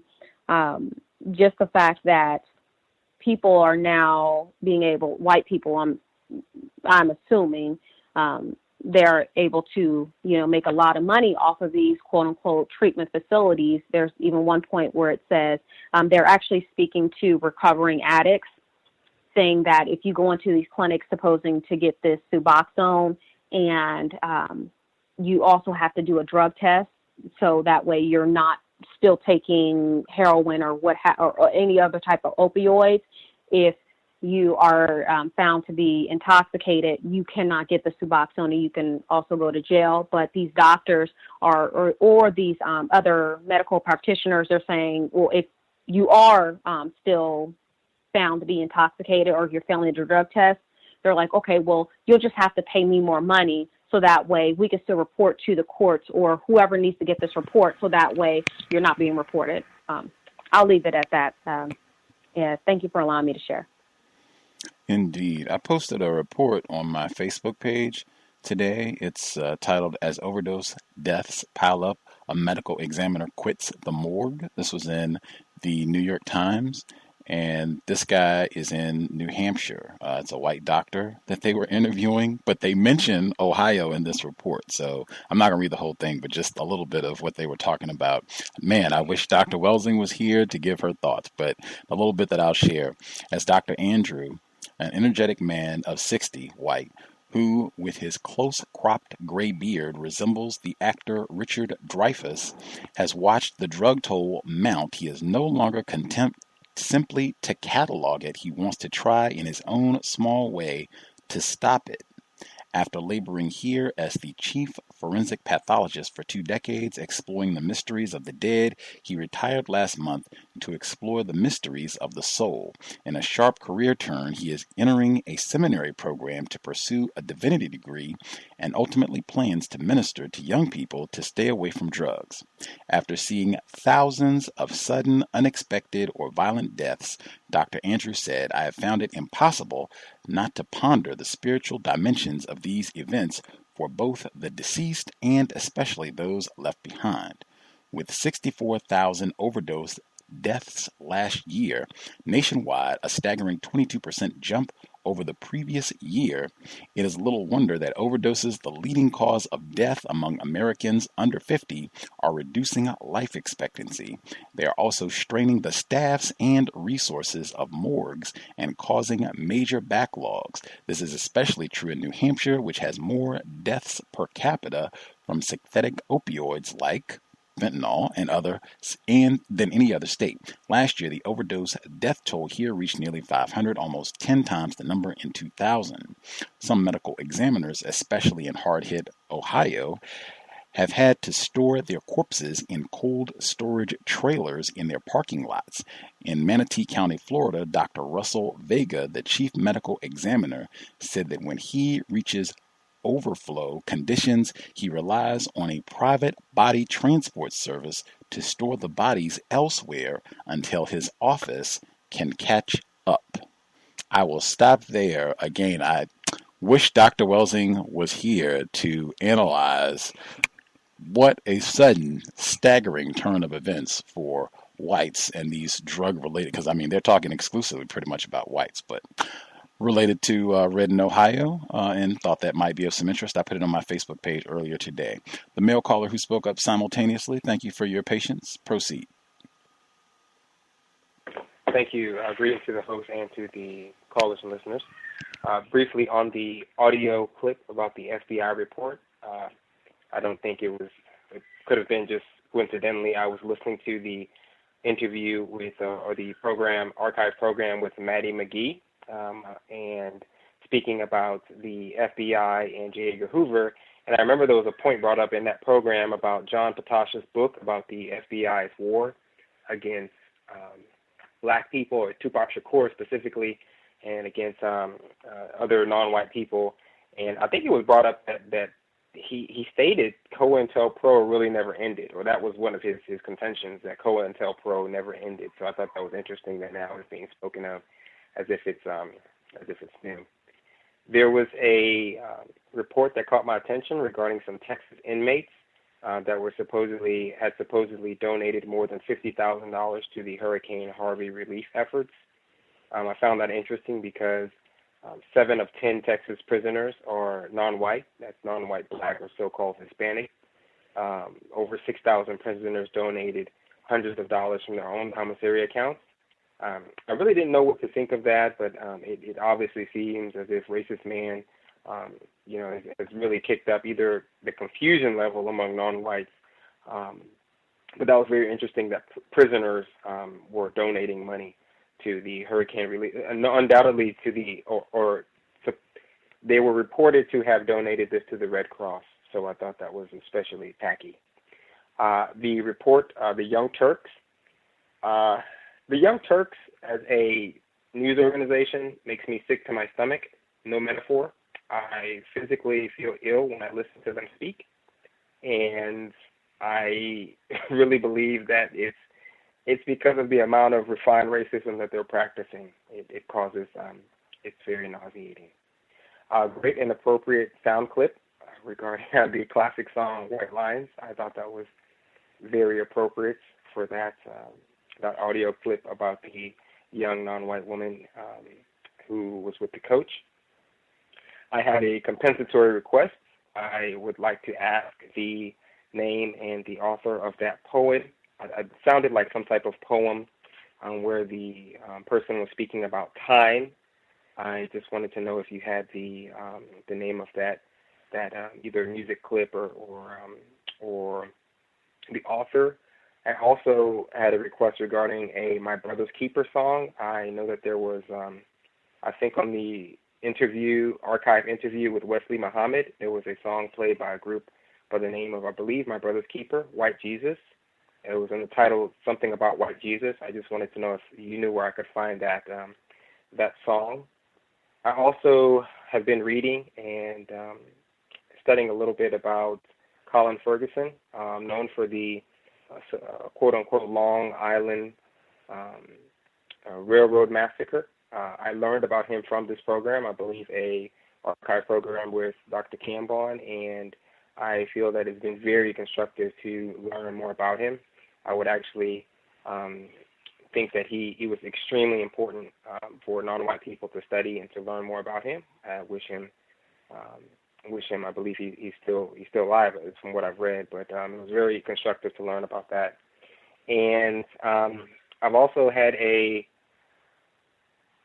epiphany, or rather, I've cleared my understanding regarding the use of the word brother or sister. I previously used it often to refer to non-white black people. I believe it's been brought up on this program that word is not necessarily the best word to use, and over the past week and a half, I've had several encounters with non-white people, and it's become very clear to me that I personally don't think I'm going to continue the use of the word brother or sister to describe other non-white black people, because I believe it causes confusion, and it's not as genuine as it would seem. And my final comment is a final compensatory request. I would like to ask, I listened to a program where it was stated that there were some shirts available regarding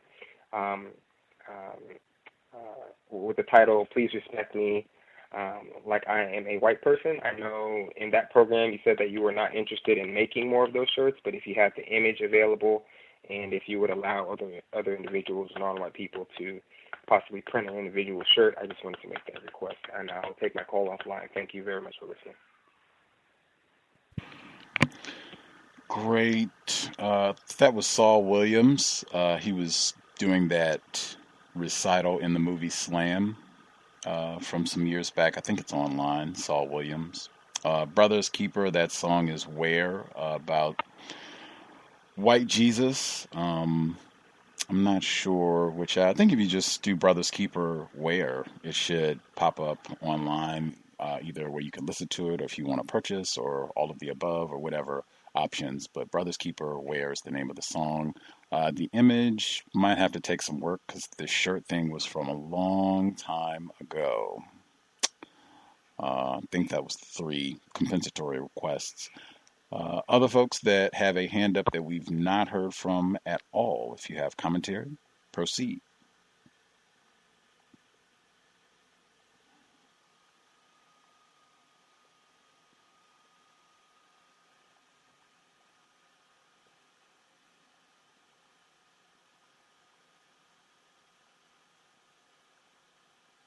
Can I be heard? Yes, sir. Hey, good evening, host. Good evening, listeners. I just wanted to share a story that happened to me this afternoon. I first want to begin by saying that I used to hear, and I still do, the question, who knows more about racism, black people or white people? And I used to hold my answer for that. I was more in that was an unanswered question for me personally. And so I have been more active in conducting experiments and asking questions. And I have concluded that is a very purposeful activity, very purposeful question to ask and to engage individuals with. And I have concluded that black people are very confused, still very confused. I get a range of all kinds of answers, and none of those answers seem to be specifically targeted in the direction of the real answer and the problem. I was out early this afternoon shopping for a friend some art, and I had a young black male approach me. He was about 15 years old. He was selling chocolate. And, I asked him what the chocolate was for, and he said it was for his basketball team. I asked him where his basketball team was and where he went to school, and he was very respectful and very courteous. And so I asked him how his day was and why he was down in this area, and his response was that, well, I'm trying to sell as many chocolate bars as possible, but this is also where a lot of rich white people are. And he chuckled a little bit. And so I asked him how much time he had to talk. He said, I have a little bit of time.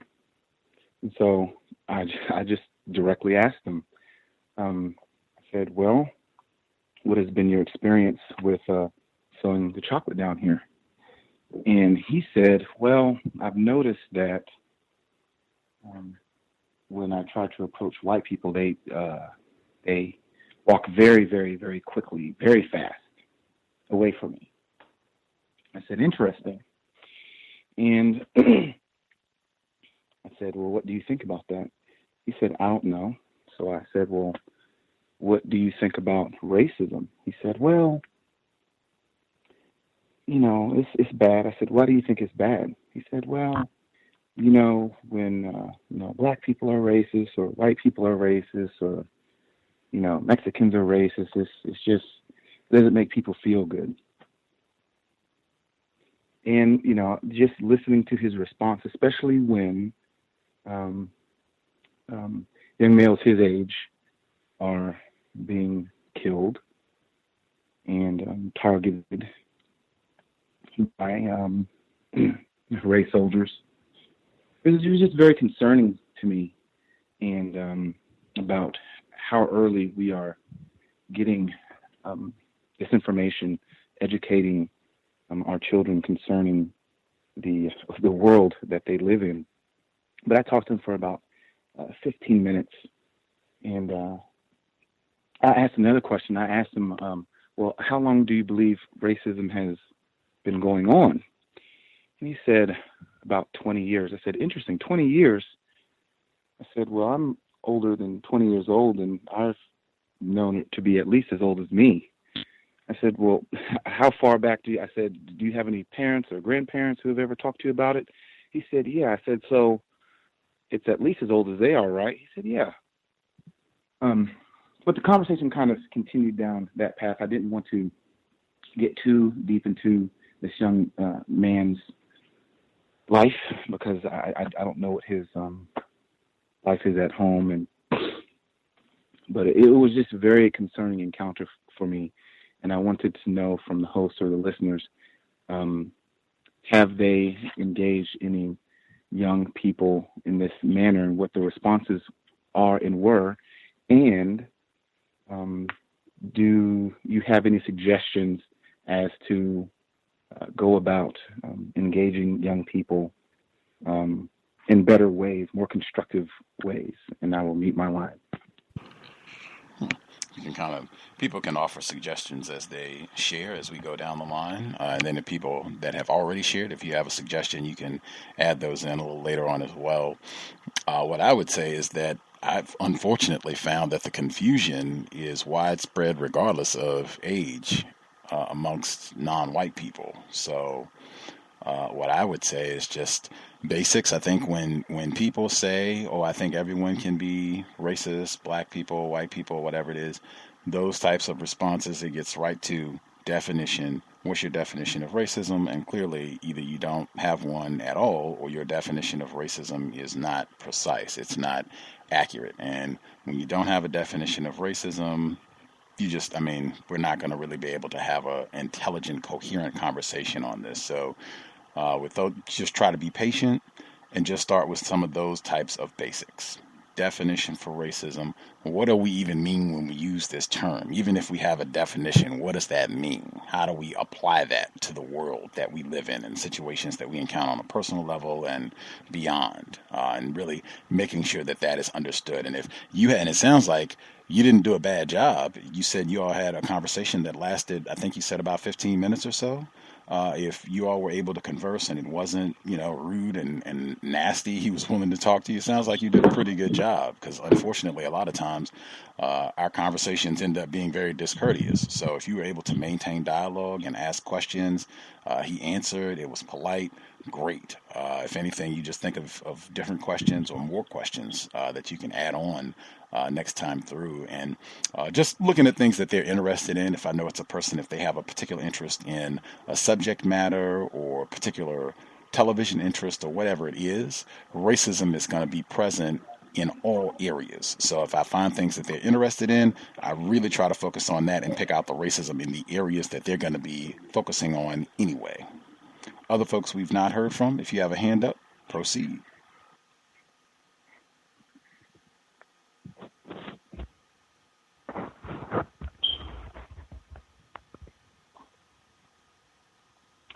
Greetings, can I be heard? Yes, sir. Yes, I have been quite familiar with the story, the article, not the story, the article on the young non-white black female who was shot to death by enforcement officials. Brief history, if anyone didn't know about the area that is called Miami Beach / South Beach directly. At one point in time, not very long ago, black people weren't even allowed to go to this area in South Florida unless you had a passport. I call it literally what it was phrased, a passport. You had to have a card to be able to go over to this place. And I believe the term is popularly used as sundown city, a town or whatever. Well, that also regarded to this area. For the most part, people like my aunt, who passed away about 4 or 5 years ago, she still had a copy of hers, so I know it's true because I've seen one of these documents where she worked in maybe a hospital or some white person's house. Primarily, that's what, of course, black people were doing that type of work in that area. Or you may have been a world famous non-white black entertainer, but you couldn't stay there. You had to go to the area that is better known as Overtown. Some people mispronounce it as Overton, but it's pronounced Overtown. And but now, because of black people willing to spend their money there, regardless of what happened in the past, they invite them, but they still are mistreated on a daily basis. Price gouging for different things, whether it's a hotel fees or whether it's restaurants or whatever. But anyway, they're there. and somehow this young lady found herself there. They don't talk that much about the male occupant that was in the car that got out just before she reportedly pressed her foot on the accelerator, which was the final physical act that she was able to do in her life, her young life. What I view it as is all of the potential that she had. I can sense the pain in the father's voice as he's talking, disappointment, and I've heard a lot of things about what she may have ingested beforehand, but you never know, especially if it was some kind of narcotic. It may have affected her in a way that motivated her to do what she did. There are some things that you it goes back to what you do every day as far as warning us about the dangers, and which I certainly know about those dangers from a standpoint of being a fireman and going on the calls with people who would have these different reactions to narcotics, to where you actually be wrestling with them on the street in the middle of the night to try to get them to calm down. Yes, there was another. The article with the Miami Dolphins assistant coach. There was a lot of VGQ that with the non-white black female. She was saying some things that made a lot of sense, that gave me an idea that she had a level of understanding of the system of racist white supremacy, yet and still I also was hearing to where she was learning some things that she was not fully aware of about the dangers that can occur based on what she was doing at the time. We should stay away from white people as much as we can. And hopefully she will learn that if she hasn't already understood that. And yes, those are just some of my thoughts. I don't have any condemnation. I've seen pictures of her. There's been plenty of pictures that she has posted, I guess it's her. VGQ to that. I don't have no condemnation on her one way or the other because I don't qualify to do so. I'm just another non-white victim of racist white supremacy, and that's not our place to judge her and her life as far as those things are concerned. And that's all I have for right now. And thanks for listening. Indeed. Other folks who dialed in with a hand up, line should be open. Proceed. Yes, sir. Thomas in New York. Good evening, Gus. Good evening to all callers. Wanted to say, man, this is the second female to put one of these more prominent white, high-level sporting officials out there. The first one was the lady who put out Sterling with the tape, and now this girl. So, I mean, if that's the practice of black women in these tragic arrangements, get some footage so when that arrangement ends, you could at least expose them, you know. And I want to say, man, NFL teams, and I was listening to some of the commentary about the mandating the guys to stand now, sort of like what the NBA did. You played the clip when Chris Jackson used to play, and then he became a Muslim. He refused to stand, and they changed the rule so the next season everyone had to stand during the national anthem. However, they didn't have to put their hand over their heart or anything. I could see that happening. I'm not sure if they're going to implement that mid-season, but the NFL teams are about some of the largest public welfare recipients there is. The tax dollars. Cowboys, $2.7 billion in junk bonds, tax breaks, and other municipal bonds for their stadium and practice facility. And they got that money from the state of Texas, Harris County, Arlington, Fort Worth, and Dallas. And even here in New York, the Giants and Jets play in MetLife Field. They got the money to build that from the state New York, the state of New Jersey, because this field's in New Jersey, the city of East Rutherford, Bergen County, New Jersey. I mean, and New York City, all, pay for that stadium with taxpayer money. So these players should have the right to express what's going on within the country. Also, these owners take big money from these Air Force, the Navy, the Marines, the Army, the Coast Guard for these patriotic ceremonies to start the game. That I believe I read one owner had received up to $11 million over the last, I think, 10 years for these events. So I think that has a lot to do why they want to force these guys to stand and of course, switch the whole narrative behind that. The black identity extremists, I would imagine that I'm one of them. And it's so vague. Anyone could be one, the way they word it. And it's just the digital era version of COINTELPRO, even down to them constantly talking about Russia since Trump's been elected.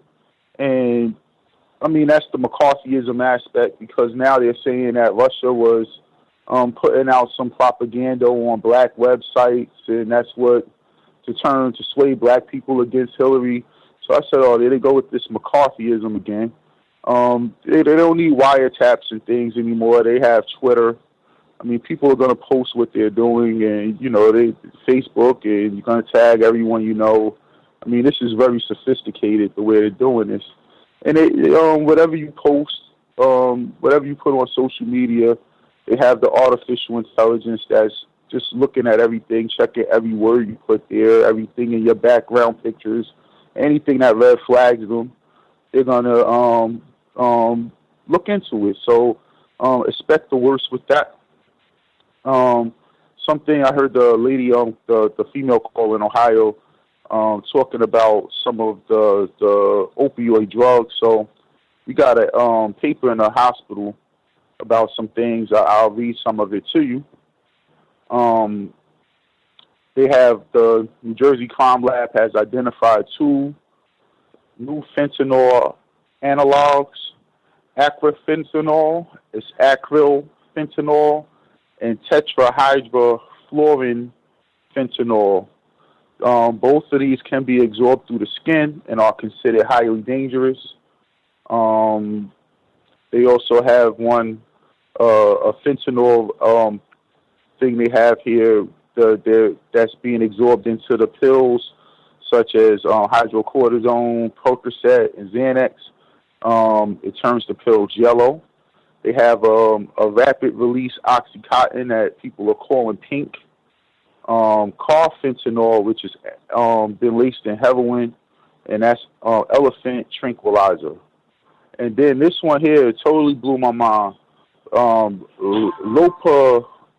Lopamide, which is over-the-counter diarrheal medication, aka kaopeptate, Maalox, peptodiarrheal control, and these are all mu opioid receptors, and people are using these to get high as well.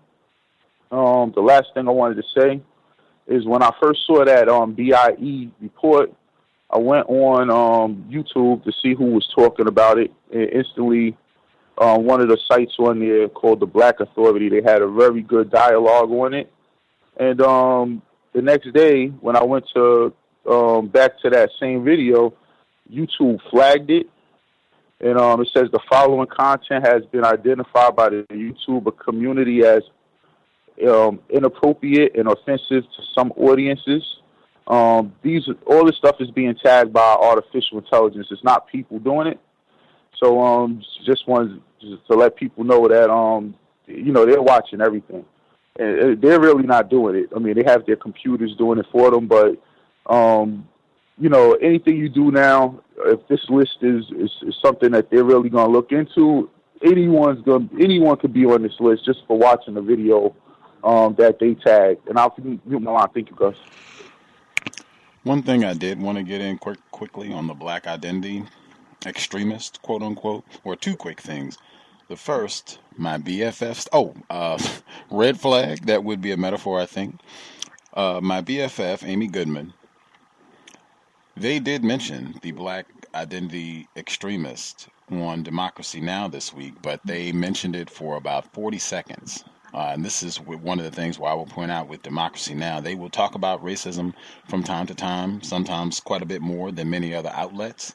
Many people will say that they are quote-unquote left-leaning, as though they support black people and are not racist. Nothing could be further from the truth. They did mention it, but they didn't spend a whole lot of time on it. Unless I missed it, if I am in error, I will correct that. But it was very short. It was less than 60 seconds. If it's something happening to environment, oh man, we got to spend the whole hour talking about that. That's where I said I really have a problem with all of the quote-unquote environmental activism and what have you. If you're not going to treat people correctly, then we can't even get to, whatever else that you're doing. And it is a part of the same. And I think Dr. Marimba and he talked about that. Whites, they terrorize and are at war with black people, non-white people on the whole, and they terrorize and toxify the entire planet. Dr. Cambon mentioned that as well. Other folks that we've not heard from at all, if you have commentary. Yes, sir. Excuse me, can I be heard? Yes, sir. Greetings to you, Gus. Greetings to everyone, Thomas, Red, everyone who spoke. Great clips this evening. Thank you very much. I just want to thank you for this program as well. I appreciate you, and I appreciate the show and everyone who calls in. I wanted to start with the clip you played about Drake being asked to do more about the murder of his friend. It's the way white supremacy works. It's the conditioning is so thorough. There's always this public assertion and assumption in the media and by law enforcement that anytime a black person knows someone who's a murder victim, that they have some insight to what happened just because they're black. Drake is not a guy. He's an artist. He travels the world. He performs. He goes all over the place and does things. He's not a street guy hanging out locally in the area in which this person was killed. And even coming up, he wasn't a street guy. He was I believe he did some acting. He was always performing. He got into performing quite young. So this is not a guy who has any connections like that. So it doesn't make any sense to me outside of the fact of it being racism, white supremacy, and them using him or racially showcasing him, I would say, in order to make it look like he had some information that he wouldn't have. That just doesn't make sense. I know that in a lot of cases, just me being from the street myself, that in certain situations when a person is street connected and dies or gets murdered, those people who are in the street will know things simply because the streets just will carry that information. No one tells the police, but people know what happened, versus someone who doesn't have any sort of connection to anything like that, like Drake. And for them to showcase him in that way, I find to be really just tacky, trashy, and trifling, because he can't mourn the loss of his friend. He has to focus on trying to defend himself, or at least they're going to try and make that his focus by showcasing him in such a derogatory way. The clip about the black identity extremists, they had said something to the effect of black identity extremists being a violent group fighting police brutality or retaliating for or about in regards to police brutality. I think that in this case, this is also a process like Thomas was talking about, them making it mandatory in football, or him thinking that that's going to be the next stage, which I agree with him, for them to make it mandatory for the players to stand for the national anthem. I think this is the other side of how white supremacy is working to demonize Colin Kaepernick's protests against police brutality. Now there's this fictional black identity extremist group that they're basically calling black white supremacists, and this, I believe, is to obfuscate the attention off of white supremacist terrorists that have been going around shooting up places, shooting up buildings, shooting up people at concerts, all of that stuff, in order to divert attention from that, they have to now put black people at the forefront, and this is a new way of doing it. This group of black supremacists that they're talking about is fictional. It doesn't exist. There's no such thing as a black supremacist in a system of white supremacy. So again, this creates further confusion for victims of white supremacy, just in trying to understand what's happening and what's being done to them through this type of propaganda. And they said, I was going to say, the only group with a violent background and ideology are white supremacist movements. There weren't black movements that had overtly violent motives. They had concepts of self-protection when being violated, but as far as them having violent ideologies that had them setting up sleeper cells and shooting up groups of people and blowing up buildings, none of that's ever happened. So again, it's just obfuscation off of the white supremacists to focus on black people so that the white supremacists could continue doing what they're doing, I think, unabated. The clip about Chris Foster with the black female that he was dating, I agree with the firefighter in Florida. I have no opinion on her being in a tragic relationship with him. VGQ, like he said, I agree completely with that. But I also think that in this scenario, this is a great way that tragic arrangement can be used as a counter-racist tool. I think it's great that she started to get a better understanding of the system of white supremacy and decided to use this relationship as a counter-racist tool in order to expose and educate non-white victims of white supremacy about the way the system works and just speak out in truth to the system of white supremacy. I think she did a great job of that. I think that it reminds me of when Dr. Ben had talked about during the time that Mussolini was invading Ethiopia, and they had invaded the area that he was from, which is Gondar, Ethiopia. And he talked about some of the women in different parts of Africa during the invasions of white people. Some of our women would actually allow themselves to get in sexual relationships with the enemy to kill them. And they would kill them while in sexual embrace at times. And he discussed that. To me, this is a similar thing. It's just she's exposing him and putting that information out there. And just the way everything went with him being on film and still being able to retire versus, let's say, Mayor Marion Barry, who was on camera, and look at what they did with his life. So just the juxtaposition of white supremacy and how it works, where these people can be on camera and just get away with whatever they do and be allowed to have a life where they can still do what they want to do and what they like to do, is just incredible. But it's the way the system works. Him sniffing coke off of a black female's body, I find to be the most gross and disgusting form of objectification. Coming up during the crack era, I heard of police officers sniffing coke off their dashboards, sniffing coke off their shotguns, sniffing coke off their nightsticks, sniffing coke off of prostitutes' thighs. So this is just the objectification of the black female in a way to make her a physical object rather than a human being. I hope she's elevated past that sort of behavior and improves further on her understanding of white supremacy. I found that the thing you discussed about body clocks to be quite fascinating. There's a great book called The Metu Neter, Volume 1 by Raoul Neferi Men, where he really gets into the cycles of the body so that you have a better understanding of how the body works at different times of the year, the changes that you go through in circadian rhythm. And it also incorporates meditation. So it can help you, Gus. I know you said you've had trouble with that. It can help you as far as getting your body clock back into cycle. If that's something that you're interested in. Also, when you were talking about protection from EMPs, you can also use, there's actual stones you can use in your home, around your office. You can even create what are known as crystal grids, which can protect entire spaces if it's an apartment or home from EMPs throughout the house. The stones that you can use are black tourmaline. I use them. I carry them. I keep one up when I work. I put one between me and my computer to absorb the EMPs that are coming from my computer. So black tourmaline is one. It's spelled Tourmaline, black tourmaline. The other stone is shungite, and that's Shungite. ITE. And then there's another one called Orgon, which is a combination of different EMP radiation absorbing stones that are placed in the shapes of obelisks or pyramids that you can use to create what's known as crystal grids. And those grids will cover an entire area as far as protecting your home and your loved ones from EMP radiation, whether it's from microwaves, refrigerators, computers, you name it. That's it. I don't want to talk any longer. I think I might have overrun my time. Thank you. I'll mute my line.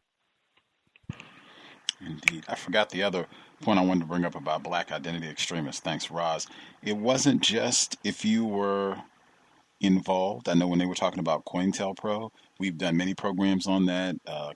Kenneth O'Reilly was on multiple times. His book, Racial Matters, the FBI Secret File on Black America from 1960 to 1972. But a major point that he makes in his book is that it was systematic, the FBI's program, and that it wasn't just Dr. King or the Black Panther Party or Minister Malcolm X or the Nation of Islam. It was any black person. If you went to a meeting just to hear what somebody was going to say, that would be enough to have you followed. If you had a phone conversation, anything, you bought a Fruit of Islam newspaper, the Muhammad Speaks newspaper, that would be enough. It would be anything. You didn't have to be an activist. You didn't have to be out protesting, what have you. And certainly the same thing would apply now, just to keep that in mind. John Patash's book, The FBI's War on Tupac Shakur and Black Americans, great material as well. He's been a repeat guest on the program also. Other folks that we've not heard from, if you have commentary, if you would like to participate, again, the number 641-715-3640 and the code 564943 pound. Press *6 if you would like to, *61 if you would like to participate. Other folks who have a hand up that we have not heard from, if you have commentary, proceed. Can I be heard? Yes, sir. Yes, sir. Greetings to you, the host, the callers, the listeners. This is Mhandisi. I wanted to first say to the African Union and the Africans, again, we need help. We need immediate help. We need help worldwide with the problem of these white creatures, these ice albinos. They are our absolute enemy. We do not want to negotiate with them. They do not need to be on our land. They must leave our land. And the other thing I wanted to say is this whole process is taking way too long as far as dealing with what we're calling white supremacy and these ice albino white people. It's taking way, way too long. It's taking much longer than necessary. Because I'm telling you, the math is so that, you know, this stuff there's a way that it could be done in one day. There's a way that it could be done in 1 year. There's a way that it could, like, you can just pick a time frame and then say exactly, okay, this is what the behavior would have to be in order for us to deal with this problem within that time frame that we set. You know, it's taking much, much longer than necessary, many generations, and that's crazy. And then the other thing I would say is with the BS, what is that, BIE thing, Black Identity Extremists. I don't know if this has anything to do with the BIE, but my lady friend had, we were going somewhere, and she said I was taking her to F in Egypt. I was like, you know, what are you talking about? I never heard that particular phrasing. And she, explained it meant I'm in the middle of nowhere or something like that. And then she told her daughter not to say the term, and that, you know, she had to say BFE. And then when they came out with this acronym BIE, I know there's a whole lot of consideration of why they're choosing that particular acronym. But, you know, I just wonder if there's anything to do with that. The other thing is Norm Stamper, Ice Albino law enforcement, came to my city this past week and spoke with, I guess, the community or a small group of people. And a black man had been murdered recently, but he was actually scheduled to come out before the black man was murdered. That was also earlier this week. Black man was murdered by I thought being a law enforcement. But one thing that was, if anything, was interesting about, his this white guy coming, Norm Stamper coming, it was that he said that, I asked a question about the BIE, or Black Identity Extremists, and Norm Stamper was just basically saying that it's a made-up term, or at least it seems to be a made-up concept. But him saying that, it didn't solve racism at all. What ended up happening was the two black officers who were also speaking on behalf of all the white people, or speaking on behalf of the police department and explaining why the police had to do all these killing of black people and all that sort of thing. The two black officers, one of the black officers was saying, he said, at the end of the whole thing, and I didn't get to record that last piece, but he said that Umar Johnson, Dr. Umar Johnson, but he said Umar Johnson said that there's all the good white people stand behind all the bad white people stand behind the good white people. And then the police officer, the black guy, he said, and I used to have that same concept, and that's what made he was saying that's what made his career so hard. But then he changed his way of thinking, and now he sees that there are good white people, and that Norm Stamper is a good example of a good white person. And he smiled and kind of rocked back and forth, like he really believed this, whatever he was saying or something. But it was, I think he said that specifically to address the Black identity extremist concept, to basically, I think the black guy was saying his statement basically to say, oh yeah, there are Black identity extremists. And even I almost got to be one, but I changed my mind, and y'all should do the same thing. There's good white people. And then the last few things I would just say is that I think that if we attacked Christianity in full force, that would be a way to speed this thing up. 30 seconds. Yes. And if you attack Christianity, that gets rid of Islam, whether people believe in it or not. And then the last thing is, I'm not trying to change people's mind. I'm trying to change the environment to get this done quicker. Thank you. Appreciate that. Thanks for the audio for Mr. Stamper as well. Wow. The other folks that we've not heard from at all, people that we've not heard from at all, if you have a hand up, proceed. Bobby Hurd. I heard both of you. Let's get Big Victim in Alabama first. Sure. Thank you for all the victims. Eminem dropped a freestyle this week on BET. I wanted to get anybody had any opinions on it. I think it was just I don't know. Just some more racist. I just consider him a racist now.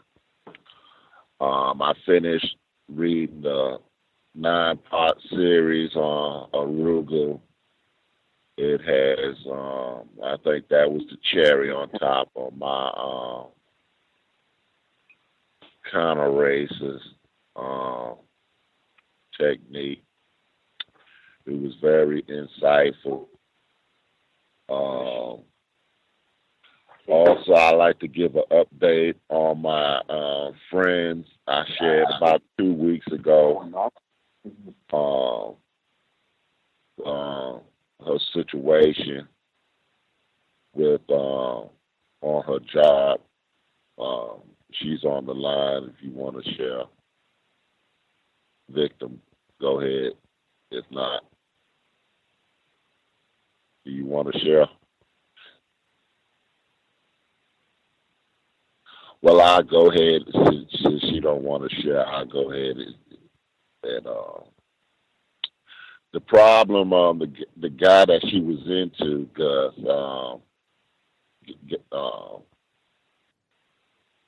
that she had a problem with, he got into it with another coworker, a white guy, and he filed a complaint against him, and he might be out the door.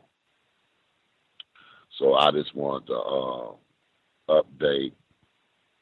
give you an update on that. Thank you for letting me share. I was a little bit confused about the last portion. Is this, I thought at first when you were saying the victim that was going to give us the update, I thought this might have been the black female who was having the problem, where it was another coworker where maybe they had some sort of disagreement, and then she thought he might try to retaliate and share some of, her thoughts on racism with some of the white people who work there. Is this the same person, or am I confused? You are correct. Okay. She's on the line, but I think she's shy. She don't want to talk. No problem. No problem. I can understand. I got her on conference call. Okay. But you correct. Okay. So something happened where, what was it again? Because I was trying to connect that with what you said, and I was having problems. He got into it with a white coworker. Okay. He threatened to kill him. Wow. And so the white coworker went and filed a complaint against him. Of course. And could be fired. So he could be in greater confinement. That's serious. That he obviously does not listen to workplace racism. Thursdays, 8 p.m. Eastern, 5 p.m. Pacific. But it sounds like her problem might be resolved, which is what we said. I think that was what we told her. I don't think she needed to do anything because there was nothing that he could do. And then oh man, that's nothing to be pleased about. But it sounds like her problem. He has got much bigger problems than trying to mess around with her, and with this situation he's not going to have any ability to try to come and say anything about another black person and their views on white people. So it sounds like her problem with that has been taken care of. Exactly. Terrible workplace racism. Thursday, 8 p.m. Eastern, 5 p.m. Pacific. I said it this past week, you got to make sure you do not get upset.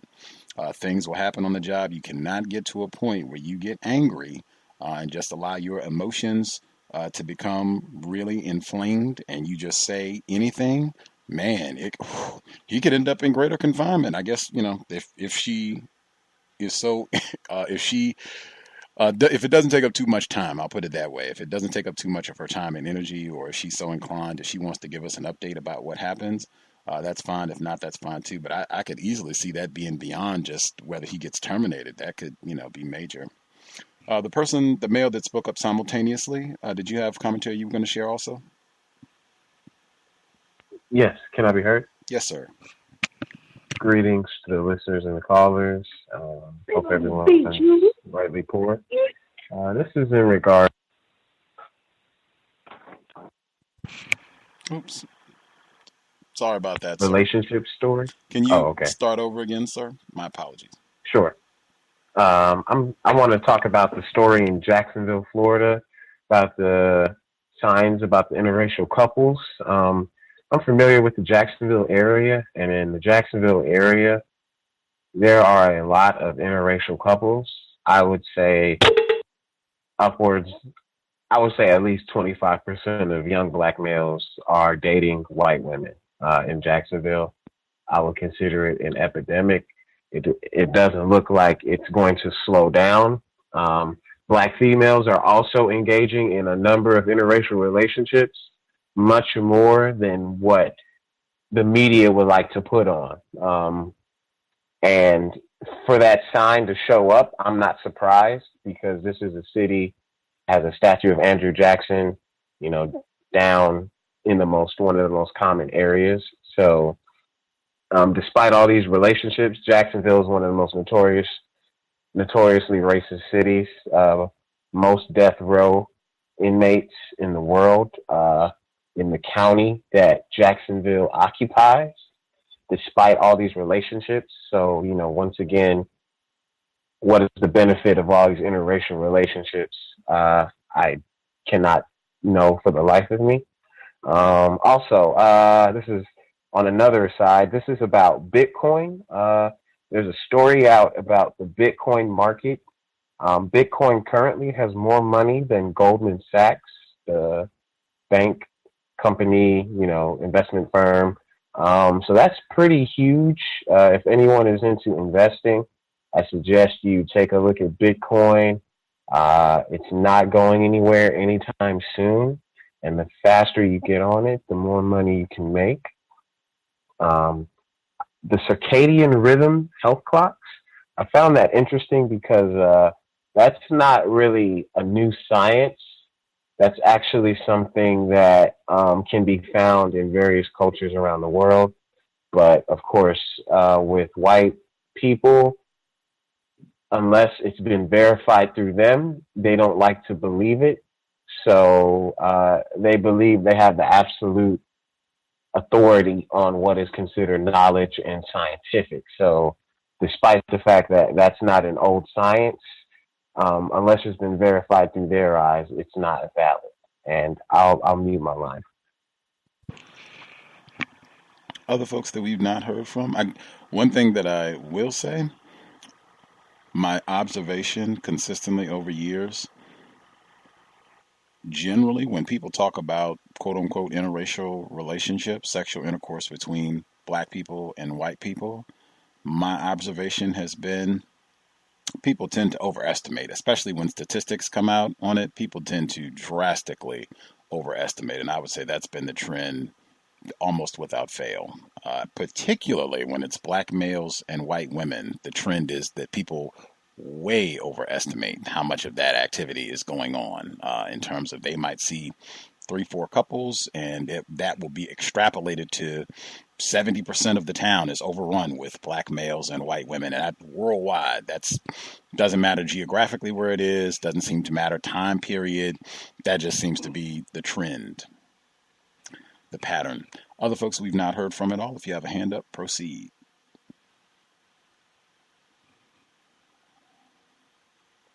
Hello. Yes, sir. Hello, this is Demetrius, calling from Lake Mary, Florida.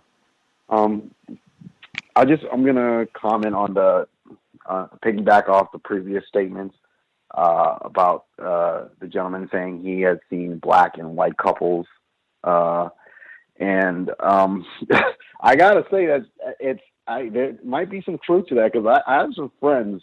I'm from Jacksonville, by the way, and I have some friends, that I went to college with. We went to school in the Jacksonville area, and these are black males, and they're hooking up with these white females. And I just saw another friend today, and I was looking at his Facebook profile, and he's dating a white female too, apparently. So I thought that was interesting that he made that comment.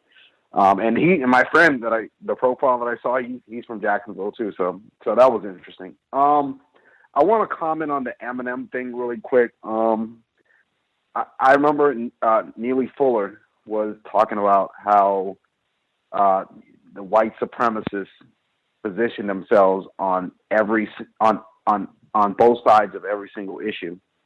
And so when I see Eminem attacking someone like Trump, it just kind of reminds me of what Neely Fuller said about white supremacists taking sides on issues, that they always ensure they take both sides at all times. And I thought it was interesting that Eminem would even say those things about Trump, because with all these black people being attacked by race soldiers, I find it interesting that Eminem didn't use his public platform to come out earlier and speak up on that. So, and I had always wondered why someone who's involved in the hip hop community and who has such a large voice like Eminem had not spoken up on those types of issues. So I thought that was interesting that Eminem would choose this period of time to finally come out of the shadows and start speaking up on political issues. And finally, I think I'll end this on making some comments about Puerto Rico, if I can. I don't know if you've ever if you've had a chance to give any commentary on Puerto Rico. But I was just curious to know if you had an opinion on the situation with Puerto Rico, and more specifically, why their sister island, the Virgin Islands, seem to be almost ignored, and seems like all the attention is going on Puerto Rico. And so, because I know a lot of Puerto Ricans do classify themselves as white, and so I have to say that as an individual, it's kind of hard for me to kind of show any kind of sympathy for them. I mean, you know, if they do see themselves as white. And so so I think that's all I have to say. But yeah, if you have any commentary or any opinion on Puerto Rico, or if anyone does, with regard to the Virgin Islands as well, I mean, I wouldn't mind hearing it. So I guess I'll end it with that. Appreciate that, sir. The metaphor, I have heard a lot of metaphors: cherry on top, piggyback, come out of the shadows. Lots of metaphors. Just started writing them down so I could make one general prompt. If we could be mindful of that for this program, much obliged.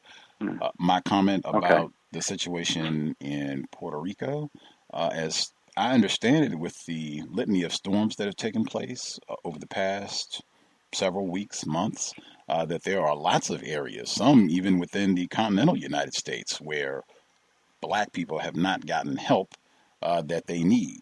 That's been my understanding. People in Houston, people that are right here, much less, you know, people in the Caribbean or what have you, whether it's Puerto Rico, the U.S. Virgin Islands, or wherever else it happens to be. That's my understanding, unless I'm in error.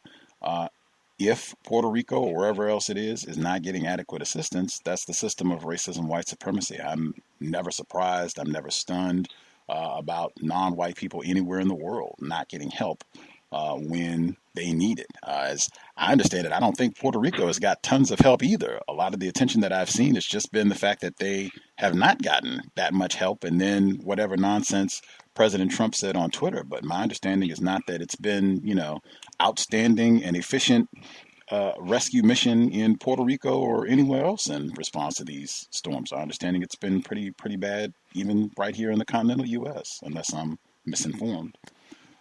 Other folks, if they want to respond to that question, or if you have your own commentary, people that we've not heard, you should proceed. You should go next. Anyone that we missed completely? May I be heard? Yes, sir.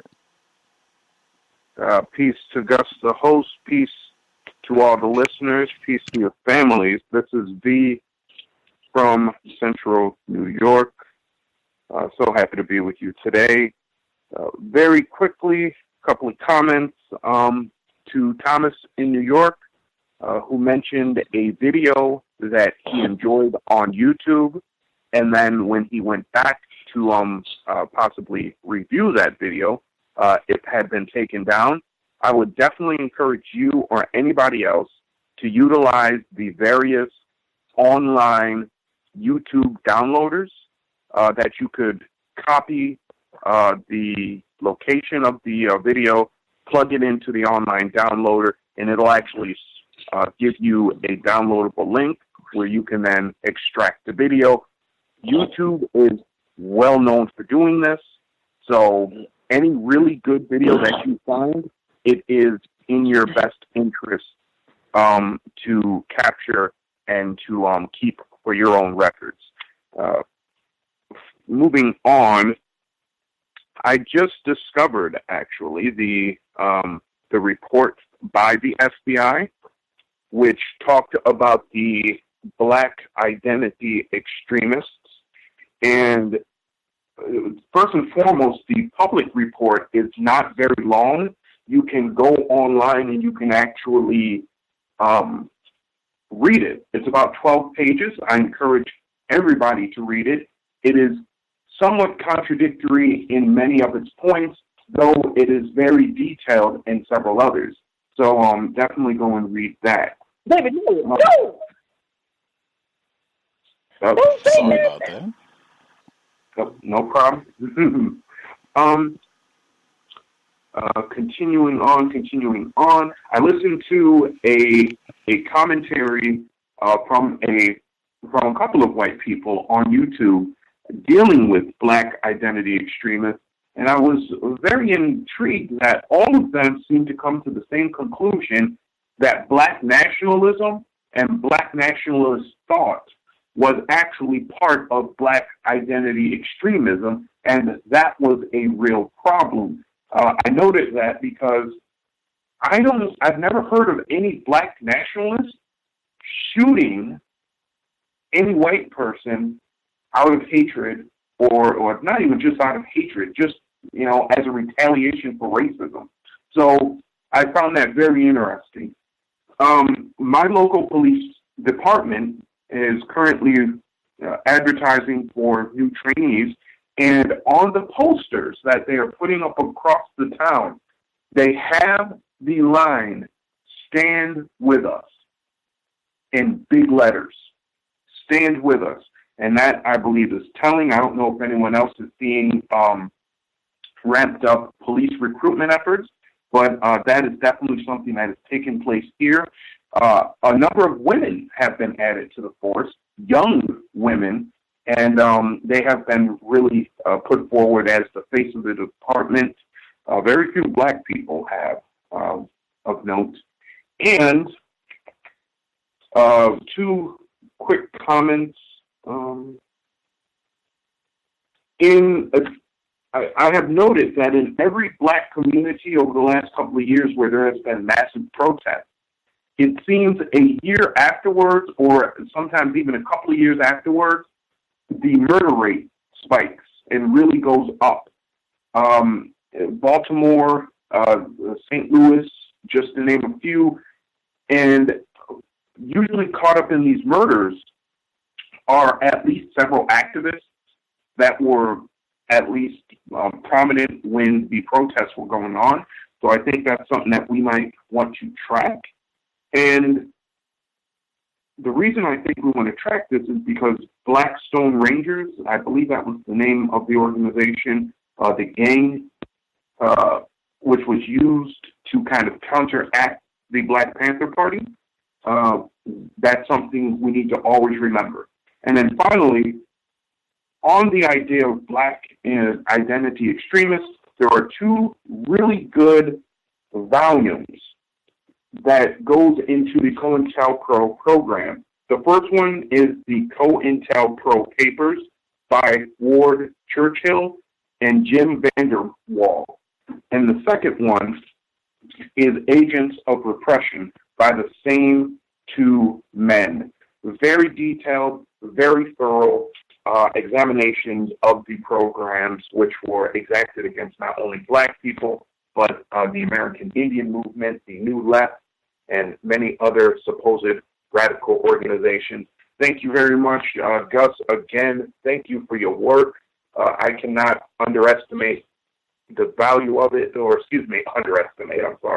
overstate the value of it. This is a real service to the people. Thank you very much. Peace to you. Much obliged, much obliged.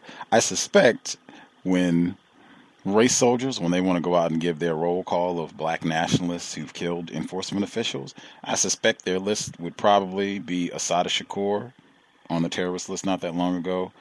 Micah Johnson from last year, I think they were calling him a black nationalist at the time of the shooting in Dallas last July. And then they might even toss Colin Ferguson on there, previously mentioned. Other folks that we've missed completely, do we have any callers that we have not heard from at all? Can I be heard? Yes, sir. Awesome. This is Ken Steele. I am in Chino, California. And I just wanted to kind of remind fellow victims of racism. As events become more intense and even more deadly as we proceed in time, there is, from what I've been able to observe, a strong propensity amongst us to embrace escapist or even magical thinking. and this, I think, is rooted in the desire for conspiracy theorists. I know last week, or conspiracy theories. I know last week I made mention of the fact that many victims of racism are clinging to, I guess, thought and ideas that are put out by suspected racists surrounding some of the events that are going on, including the attack that was mounted against the people in Las Vegas, I believe, 2 weeks ago. I've just seen a number of, just a steady increase in the number of victims that are espousing very confused talking points, very confused sounding theories, and it just seems to be an embrace of magical thinking, fake news, conspiracy theory, whatever you want to call it. It's just not rooted in truth or fact. And a number of victims, when called out and, said, hey, I'll say, or other victims will point out to them, hey, I think you need to fact check, or hey, I think you're posting fake news. They'll say, hey, what's the problem with this? What, I'm just having fun. This is just, this is just entertainment. And, I have to caution, I may be speaking to people on this line that already understand this, but victims as a whole, what they call fake news, what they call propaganda, what they call incorrect information, misleading information. These were all tools that are used by racists to confuse non-white people and to ultimately get us killed. The Black Panthers, as previously mentioned, were victims of this sort of disinformation. The Civil Rights Organization, I believe there was an armed Deacons movement that was infiltrated by the FBI. So they're using this false information and people who are willing to spread false information to harm us and to ultimately kill us. And then also, I'd like to say that I recently attended the premiere of a movie, I believe it's called 1804, The Hidden History of Haiti. It's made by a victim of racism named Tariq Nasheed. I saw this documentary. It was very well done. The crowd that attended was beautiful, and the energy was very positive.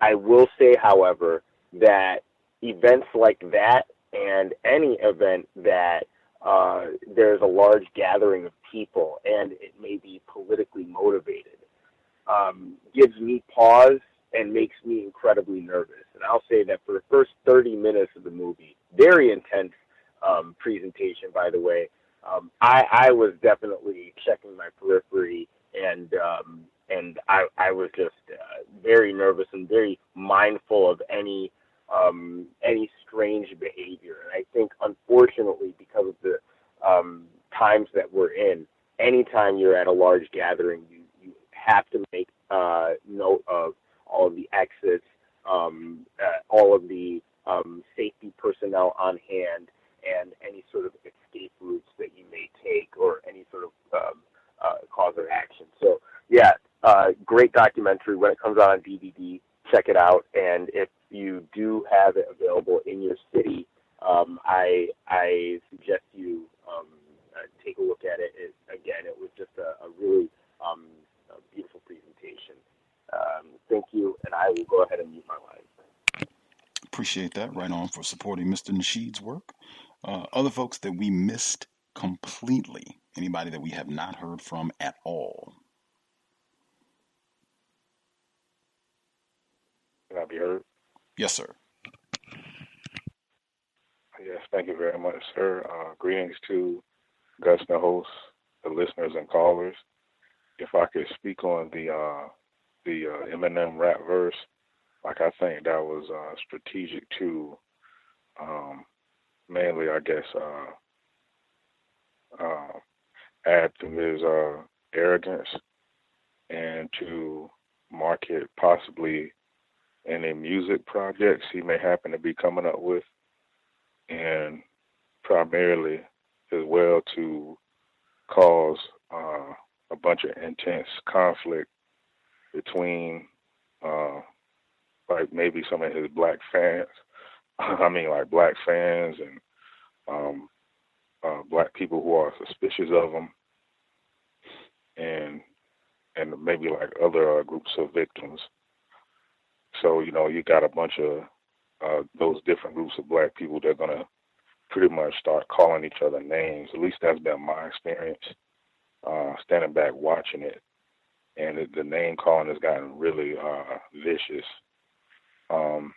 So, you know, I think they know how to set up those type of arrangements, and it usually ends up with us pretty much practicing, I guess, or engaging in anti-blackness. But as far as the other audio clips, I believe that was the two, I think he said middle school students that were throwing the rocks at the school bus for I think the black football players. Like, it was interesting. He was saying, like, oh, you know, it's only just these two students. So this is just very disappointing. Once again, you know, that effort to try to minimize the problem of racism and saying that it's just two and it's just this many. But, you know, they had to have been indoctrinated, you know, with that white codification to behave that way. And I also wanted to make notice of there was a school up in Detroit, I think, like in the Michigan area. It's called Plymouth High School. There were these two black students, but I noticed they had a black parent and a white parent. And in the clip, the white parent wasn't saying too much.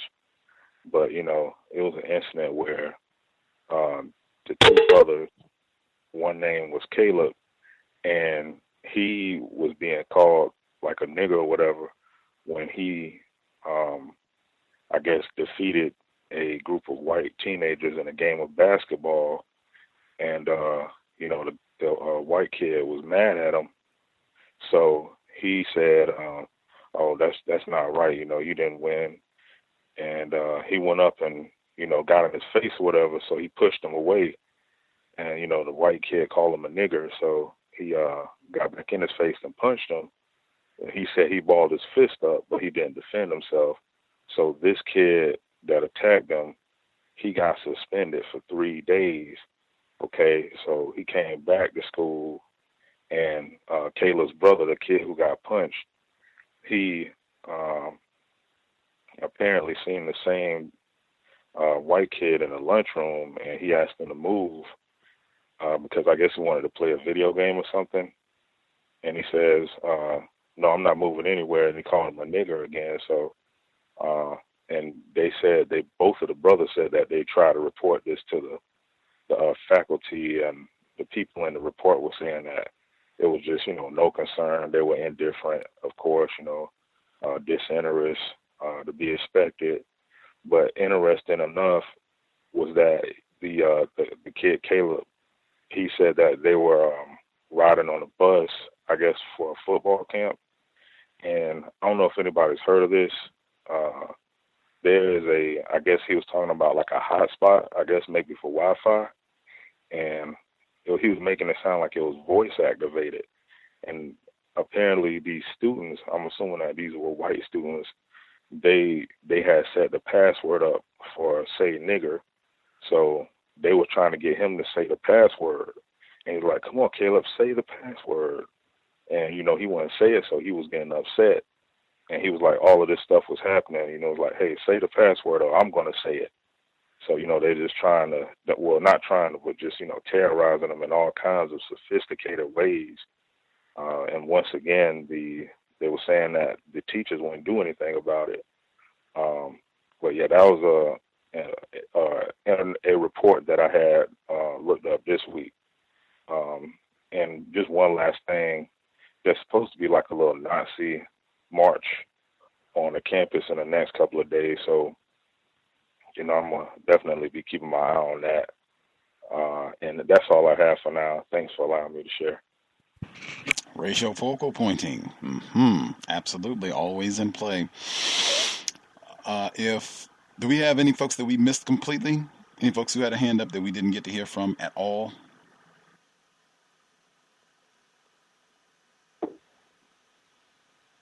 Can you hear it?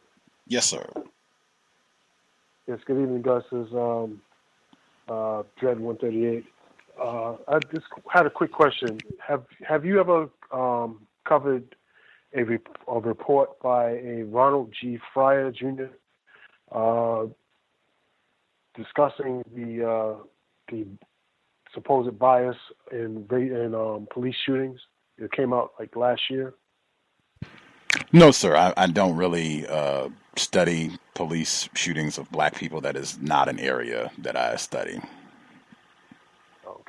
Okay. No, I bring it up because, like I said, it was part of my experiment. I've been in dialogue with the suspected racist, and he brought it up to me. And Mr. Fryer is what I suspect would be classified as black, and it's actually classified as a working paper in my study of it, and it was it indicates that there's no bias in police shooters in the recent incidents. There's no bias indicated. And I was just curious if you might have covered it in one of your compensatory shows in the past. I want to do some more research on it. Yeah, that's. I'm not familiar with that name specifically. And I've said before about the police shootings, I've already come to a conclusion about that. He says that there's no quote unquote bias. I've just come to the conclusion that as long as the system of white supremacy exists, enforcement officers, they serve to support, reinforce that system of white supremacy. So I expect these shootings to continue and everything else. The charges of enforcement officials sexually terrorizing black people, Daniel Holtzclaw, and all of the other misconduct, quote unquote, that they are reported to be engaging in worldwide, not just in the United States. I expect all of that to continue happening. That's the conclusion that I've come to, and it's not a whole lot that can be done to mitigate that as long as the system exists. So I don't spend a whole lot of time arguing and debating about that particular subject matter. Other folks did we miss anybody? Anybody that had a hand up that we missed completely?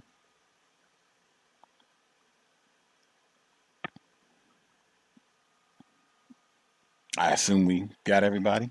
Any last comment folks needed to get in before we get ready to wrap things up? Any final comment folks wanted to get in before we conclude? Can I say something else? For sure. To the guy who asked about reaching out to the youth, you always do that through hip hop. That conversation encompasses everything. And then what I've learned is I'm able to then start the dialogue of other conversations through that. Jacksonville, if those numbers are true, then when the Civil War starts, that's going to be the first city to go. The Eminem freestyle, it was good. However, it promoted white saviorism. I didn't like the visual. I wish he didn't do it on BET. That's why I don't look at it as genuine. However, if all these white corporations and brands who make money off of black people, and in his case, being that a rapper is a brand, he makes money in black culture, then therefore this is the conversation they should be having with white people. And that I do look forward to. However, the way he did it, it did look very suspicious. And last thing I want to say is I'm not sure if Drake is black. I heard Roz say that. Does Canada have the one drop rule, Gus?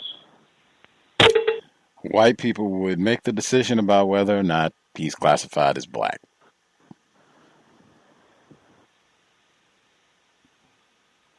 Unless I'm in there. Was that all you were going to get in, Thompson, New York? Absolutely, Gus. Thank you. Right on. Let's see. Was there anything else? Checking my list as well to make sure. Oh, did I hear that correctly? The caller that touched on that was there like conflict between black people who were pleased about what Eminem had to say and black people who were not, I guess, impressed with what he had to say? Was there conflict between the two sides, or did I not hear that accurately? Yes, sir. Can I be heard? Yes, sir. Yes.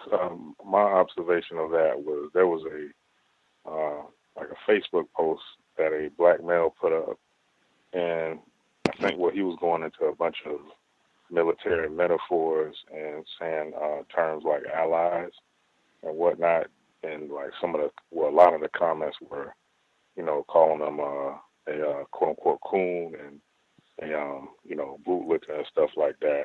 And then he was saying that people are what you call, I guess, too woke and they need to go to sleep, like a bunch of abstractions. And it was just like a bunch of arguing back and forth, and there was some white people getting into the comments, like adding on to it, like somewhat infiltrating and instigating more conflict between black people. So very destructive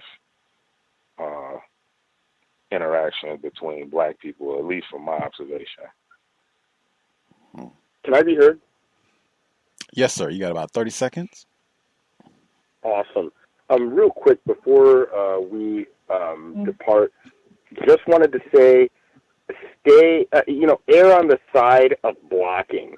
If somebody's on your Facebook page and is trying to instigate conflict or is spreading a bunch of false information on your news feed or is just causing trouble for you on the internet, feel free to hit the block button.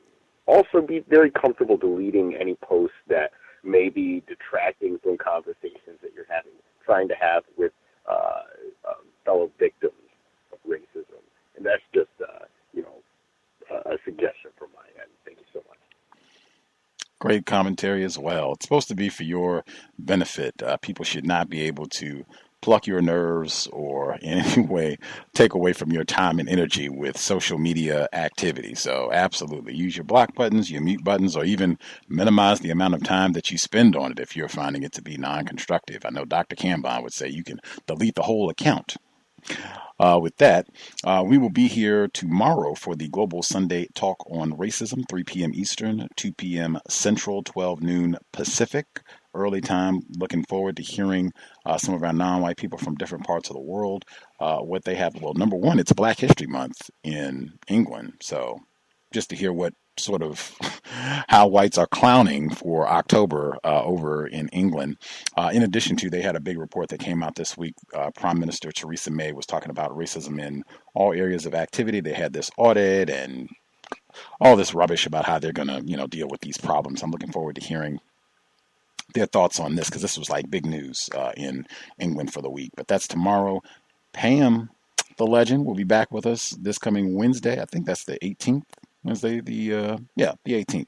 This coming Wednesday, 8 p.m. Eastern, 5 p.m. Pacific. She was supposed to be on with us right towards the end of the summer, but I had my back problems and just suffered all the way out pretty much through the beginning of the month. But now that I am better, she should be here on Wednesday. Looking forward to having her back with us, get an update on some of her thoughts on what's been transpiring since we last spoke with her. It seems like it's been a long, long time since she's been on, but that'll be this coming Wednesday.